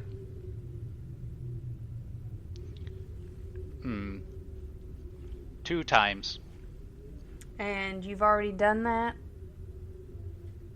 Once or twice? 0 times. You've done it 0 times. Okay.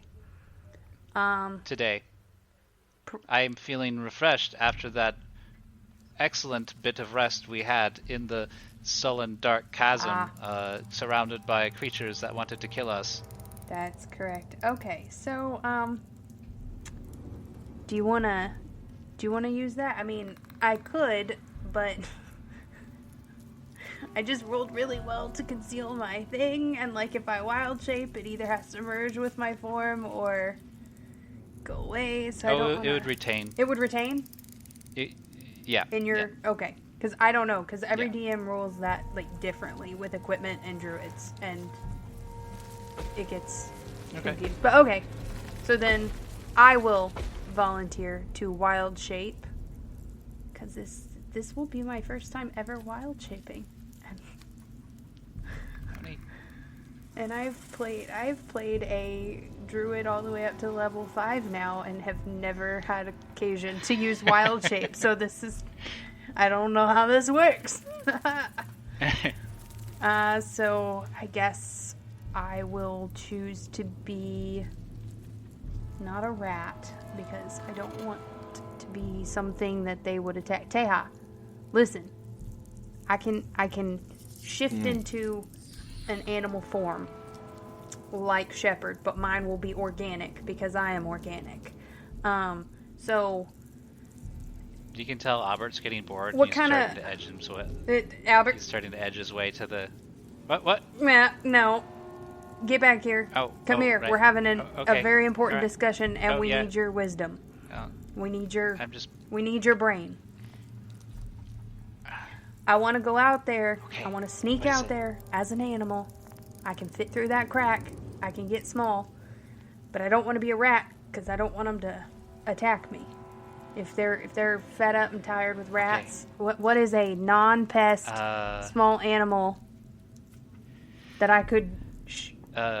He sees Small a bat fly lizard. overhead, and he's like, well, how about a bat? Probably not. I want to be able to see, but... Or a hat. Wait, Taha, you said a lizard?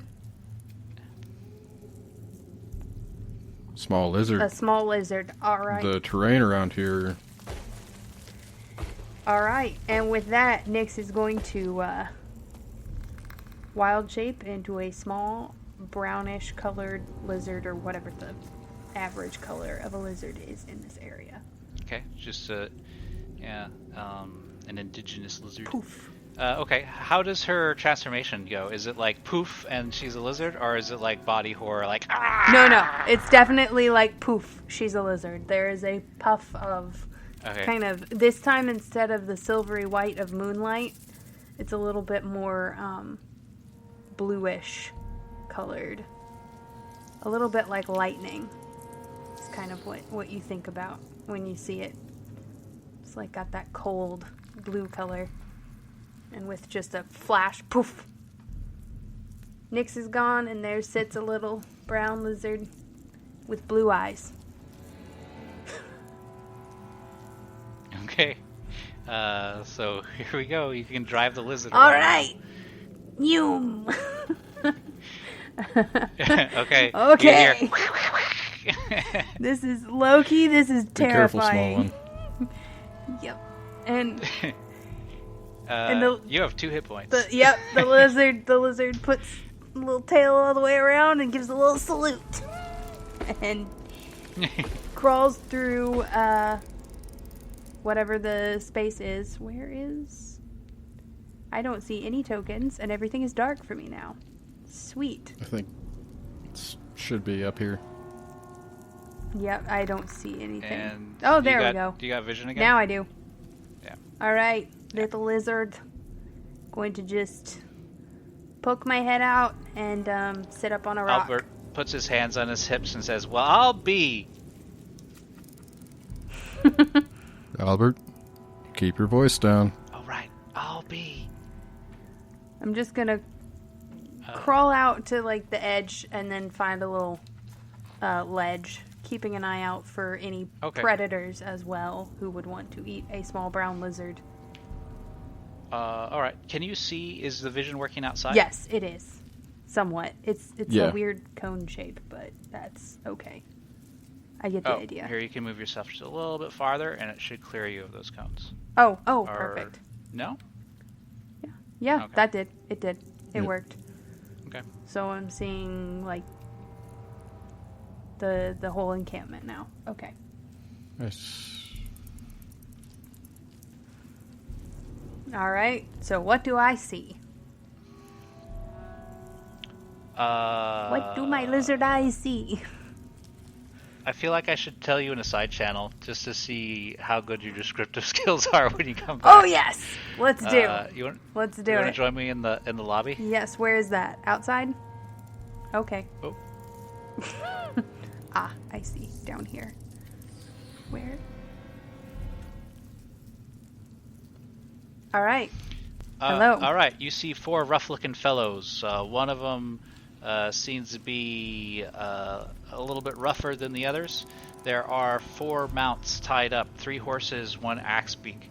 It looks like they've been set up here for the past few days, and there is some mining equipment at the outside of these boulders, and they've been making attempts to get in. Gazing across the camp, you can see that there hasn't been too much work done to actually get in, but there's a lot of empty beer bottles. And the rocks themselves have been kind of shot up as well by bullets. And you can see like a piece of paper with some stupid drawing of like a butt on it, and they've just been shooting it as a target. Okay. Are any of them currently talking, or can I overhear anything of use? Yeah. Go ahead and roll Perception? I don't think you need to roll because you're within like 30 feet of them. Yeah. Okay. So I don't think you need to roll perception to hear them talking. And they haven't noticed me. I'm just a little lizard. Okay, so this guy is going to go over to one of the sleeping ones, Fire, and kick him in the ribs and say, "Get up, you worthless! You're worth the dog. Get up. There's work to be done. I'm tired of watching you sleep. We got to get this thing open, all right? And I'm tired of this just fucking out here in the desert, nothing to do. The sooner we get in there, the sooner we can get whatever that little rattan girl was after." And then he's gonna roll over and say, "Come on, boss, let me sleep. There ain't nothing in there but freaking rats and bats.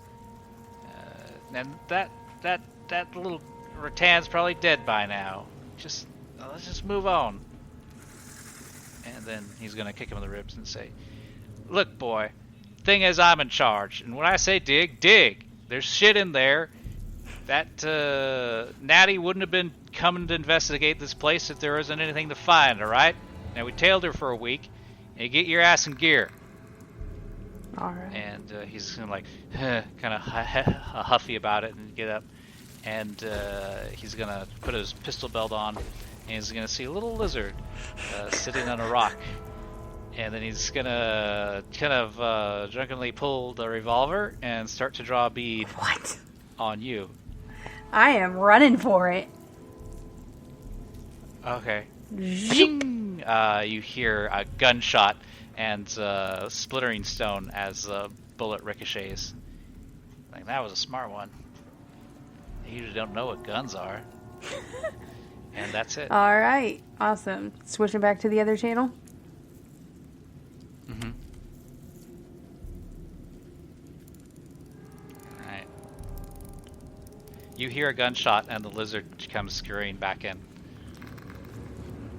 All right. And so with that, I revert back with a puff of that cool blue-white light. Okay. And I Like am moon dust? Yes, like moon dust or lightning. All right. Okay. All right. They shot at me. Okay. So let me see if I can explain everything that I saw. All right. So there's about 4 different fellas out there. And then they got 4 different mounts. 3 of them are horses. 1 of them is an axe beak. Natty, they've been following you for about a week. And their goal is to break in here and figure out whatever it is that you're looking for, and to take it from you or find it. They're basically going to be scavenging you. So I'm not real sure. They don't seem super competent. A couple of them seemed rather drunk. One of them had his act together a little bit more than the others. They all look really rough, though.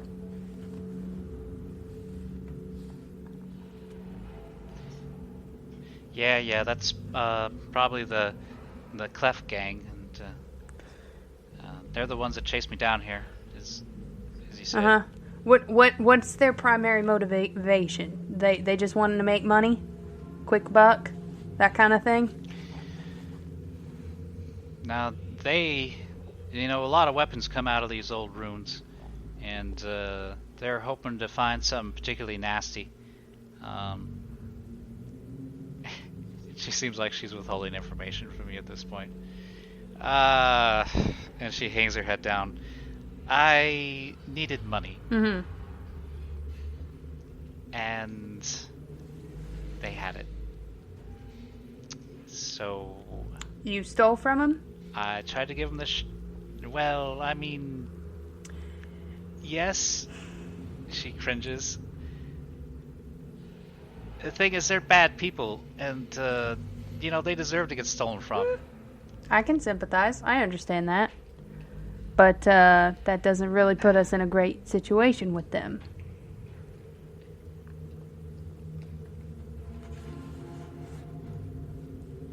She doesn't have anything to say. Yep. It's just, she's super awkward at this point. I think Albert would be like, well, Missy, you're lucky you found us. As you said, we're lucky. And it's better to be lucky than to be right. Albert, I may have poop in my ears, but even I can hear that that's more shitty than the shit in my ears. And Nyx is going to sit down. Very angrily. She is... Just like arms crossed. Yes. So... And I think your characters would be aware of this, but if you can see out and see them... Oh, wait. See, Am I... Yeah. I should be over here with the group. Yeah. Okay. Well, I'm pretty sure we... Yeah. Yeah. All right. All right. Friends, let's get out of the direct side of that cave-in so that we can quietly discuss Okay. how we're going to handle this gang. I agree. Is this a mine cart over here? Mm-hmm. All right. Yep. I'm going to go stand near it. Lean against it. Okay. Lean against the side. Bum. As you guys are talking, you see I think since you guys are pretty confident with this now, I think Daddy would just be throwing stones reflexively, and funk. You see another cube as it's just making the rounds, and then it just turns Oh, good. and starts to go in there. Wonderful. Because now we're covered in shit, so. Seems like it. Yeah. All right. I have an idea. We are covered in shit. We can get that to work for us. So, And how's that? well, we got these clothes from back there. Like a couple of pieces. So we could put some of our I don't know, poop on the clothes. Some of this stuff that's on us onto the clothes. And just kind of look a little bit more bedraggled. I mean, I don't know how much work we'd actually have to do to make ourselves look any more bedraggled than we are, but we could. And then we just use that bomb thing to blow the door. And then we just come out and, yeah, I don't know. That's not a great plan. And Nyx just rubs her face. Go in, Essentially use the... Yeah, we could take him. Albert pipes up. I mean, the truth of the matter is that there's nothing of value down here that we found. So by doing them the service of opening the door, like, we could just... Speak for yourself there, Nyx. I found Natty down here, says Al. And he tries to, like, do a little wink at her. Of value. You said we didn't find anything of value, but we found... I was trying to give her a compliment. Yeah. And she turns around and is like, Al, were you saying anything? No.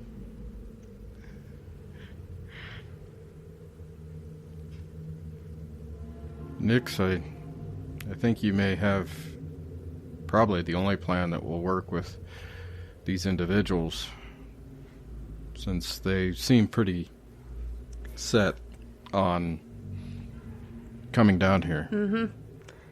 And how big of a radius Mike, does that thing clear? 20 feet. Uh-huh. You know what I'm thinking? Listen. I know that this is a more morally questionable method. But what if we wait till they get started working, make some sort of noise to get them all over and get them all interested, and then throw the thing and just obliterate all of them, and then we ride off on their horses. And we bring this thing to a swift end. that is an option. I also had another idea, but it's even more morally questionable. Well, let's hear it.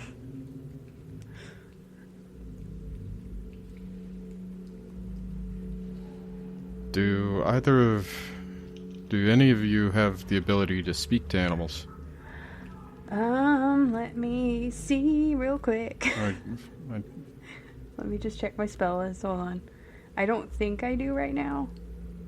If I remember correctly, Shepard has the ability to speak with animals.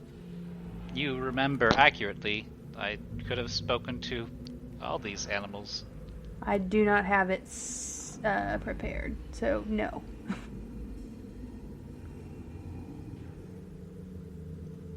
Which, technically... What would I say? Well, another option that we could use is you could talk to some of your bat friends and see if they would be willing to carry the bomb out the hole and drop it right in the center of these guys' camp.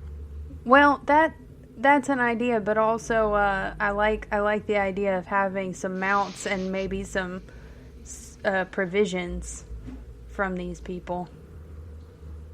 This is true. So, I mean, I know I should be bringing up moral ambiguity as an issue, but practicality is even more of an issue for me. Well, then let's see if we can lure them to... You know what?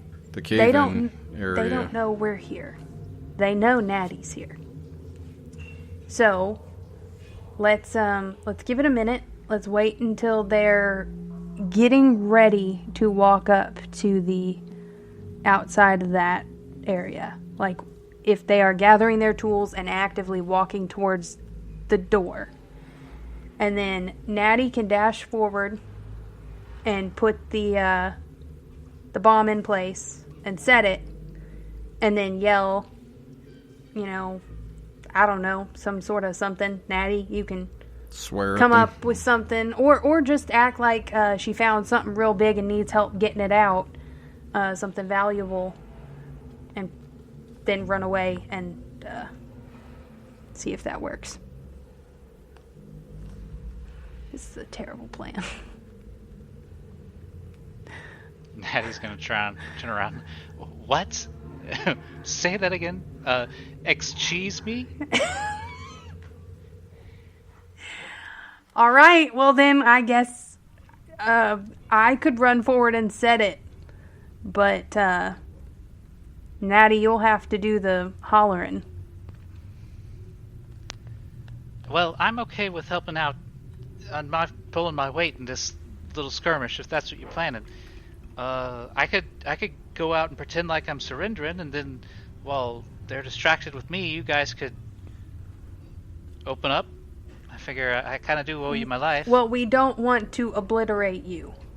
All right, Natty, that's kind of the goal. Well, we're trying to all get out of here alive. You want to use the bomb on him? Well, on the doorway, we gotta get out of here somehow. doorway? But All but right. I was thinking kill two birds with one stone, and we obliterate the doorway and the enemies that are on the other side of it because it's got a radius. If we can lure them all in, yes. We're trying to get Do you. you want me to go to the door and pretend like I'm trapped? Pretend or no, something? pretend like you found something real valuable and you need help getting it out, and that you'll give it over to you'll split the profit with them. Tell them you'll split the profit with them if they help you drag it out. And what it is All right. you set it and then run away as they're coming up, and we'll see if that works. I like that. I like that a lot. Yeah. Okay. Sounds like we have a plan. Excellent. You're not gonna let Albert throw it this time. No, Albert is not throwing it. No. No, Okay. we're not. Is he okay? Like, he seems nice, but We really don't know, honestly. We haven't spent a whole lot of time together. He means well, though. He's a real nice fella. He seems like a good person. okay. Yeah, he does seem like a good person. We just question using that his typewriter with no paper. Yeah, we question his intelligence at times. But you know, it's okay. He has his moments of brilliance. Yeah. Well, he did have a good idea with the mine shaft earlier. He about did. how- See, it's things like that. Like once in a while, he comes up with a real good one. All right, so keeps you on your toes. All right. So all right. So do we need a keyword so I know when this bomb is going to be used, so I can start running away, or? well, you're the one gonna be talking to them, so I would say. Oh! How about this? How about we put the bomb inside of something, and say it's the thing that I found, and then I just hand it to them. Well, how can you hand it to them through the wall? Because the purpose is we're trying to kill two birds with one stone. We're trying to destroy the wall and the people. We don't want them to move away with it too much. All right. We want to make sure that this wall comes down. Well, what can I pass off as some sort of proof that I found something? What do we have? Do we have, You have the strange clothes, you have the syringe, you have the bomb, you have your scroll, yeah, no. your star scroll, and What if Let me see my... what if we went back and grabbed the blade that was off of I think Albert's Albert brought that with him. weapon? Didn't he? Didn't he, Okay. remove that? it and- got dissolved by the Oh, crud. slime. Oh, But that's it right. wasn't totally You know what? Destroyed. It was just broken down. We have these handy dandy glow sticks. these are old world tech too. So they look pretty impressive, especially to these ruffians out here. Yeah. I mean, maybe it will do. I don't think this would lower the DC very much if you were to have to roll on it or something like this. Well, the thing is, I don't. But I mean, they would work. Do we still have one of the water skin shirts? The water shirts. It got eaten by rats. Well, I mean, it got a hole chewed in it, but it's still a piece. Yeah. Can we We could put the glow sticks into the water skin thing, the shirt, to make it kind of glow? Because I am. Yeah. If you got some sort of way to make it look different or exotic, that'd probably do it. Also, I think when you guys were doing the poop thing, she would have seen the destroyed robots. Yeah. And that's true. And grabbed. Okay. We could have grabbed part of one of them. Yeah. We could, but we'd have to take off down after the. Would we have to take off after the? No, the. What happened? Oh, it was groovy. That left. Okay. We'd have to take off after the gelatinous cube, or no? I think you guys have pretty much mastered the gelatinous cube puzzle. Okay. Also, I feel like it would have been. It's a little bit of a retcon, but I feel like she would have wanted to take some of those robots with her. Yeah, seeing those in the moment, she seems like the type who would have done that. I know that. And there would have been enough light for her to see it. And they're pretty obvious. So I don't see how she would have not noticed a cave-in with a giant metallic sphere in the middle of it. Yeah. So she probably would have grabbed at least a part of it. Yeah.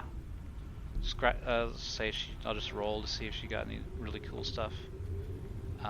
She was able to just pull some antennae off, and without cutting tools, she wasn't able to pry anything off but just a panel from the one that was partially dissolved. Unless you guys want to give her advantage with it, would you have been helping her out salvage these robots? Yeah. Yeah. What the hell? Why not? Because it's only going to help her with knowledge, and they were creatures that we. Yeah, and it makes. She got a 5 and a 4. She gets a +6 to it. But that only brings it up to 11. Okay, wait a second. You know what, Nettie? Something that we haven't thought about. You already look like you're not doing so well. So thanks. So, likewise. Health-wise, you could you can make it seem like you're seeking their help because you're physically too weak to do this, and you're willing to pay. Just that way it makes the deception go over a little bit better. It makes them more willing to trust you that you're being honest, because you seem like you stand to lose a lot. Because they don't know you have 5 friends back down this hallway. Yeah. All right. You could just, cough a little one harder. One thing that would guarantee their interest would be one of those syringes. Yeah, no. I'm not gonna risk it, because if it gets blown up, that's a horrible waste. I have a different question for you, Nettie. How did you know about the syringes? Well, I mean, you guys were awfully loud, and I had nothing better to do with my time than see. So you spied on us? Yes, I did. Okay. Thank you for being honest. I mean, I'm sure if the circumstances were reversed. Nettie, are you working with these bandits? She just, her eyes narrow, and like one of her eyes, like her ear twitches involuntarily. What do you take me for? I don't know. I don't know what to take you I'm for. not. You seem nice.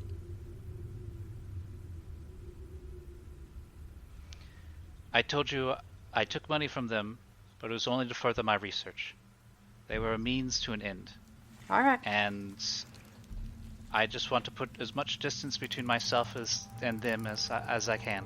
All right. I can respect that. Well, the good news is when this device goes off, there'll be a lot of pieces that you can distance yourself from. Excellent. It's true. All right. Well, any other way we can make this deception a little more enticing? I know Nyx is infinitely more clever than I am, and I am really struggling here. A con is exactly her kind of... This is the problem with playing a character that's smarter than you are. Oh, God. Does she have proficiency in disguise kits? Probably. I think so. Because she's a charlatan. She has right? performance. She has persuasion. I think. I'm pretty sure she has a disguise kit. Yep, I have a disguise kit. Am I proficient? You should be. Yeah. It's part of my background. Yeah.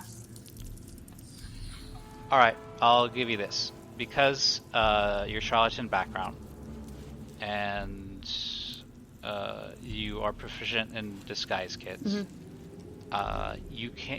Nyx realizes that she can use the cloth and the gels to make a convincing looking robot, like a little convincing micro warforged. Perfect. All right. And what I'll let you do is you can roll using your disguise kit and charisma, Okay. wisdom or intelligence, whatever you prefer. And we'll use that, what you roll, as the difficulty for them to figure out that it's not All right. fake, that it's not a genuine All article. right. I'm choosing my dice that has barely let me down. Only once. Please. Okay. And so I'm adding my proficiency bonus because of the kit and my charisma bonus. Correct? Yeah, total, you'll be able to add +5. Yeah. Oh, thank goodness it's an 18. Oh, jeez. Okay. Oh, God. All right. You feel pretty good about this. Well done. And even Natty kind of... It's an 18 plus 5, Nat- I should say. Sorry. 5. Yeah, 18 yeah, plus so 5. you 23. Yeah. So Natty, you actually get Natty's attention, and she kind of watches you as you put this together. And if it wasn't for seeing it herself, she may have thought it was an authentic article. Nice. And she holds it up and says, "Well, I'll be. This is something else. Dix, I'm not going to ask how you got so skilled at this, but I am thankful for the stars that you're here." There was the stars that guided me here, so you're right to thank them. Well done, little one. My heart rate is so high right now. I was so worried about that roll. Sorry. Excellent. Okay. So as you guys set your trap and Natty moves to position to start luring the desperados into position, that's where we're gonna end the session. Oh, man. No. Okay. Okay.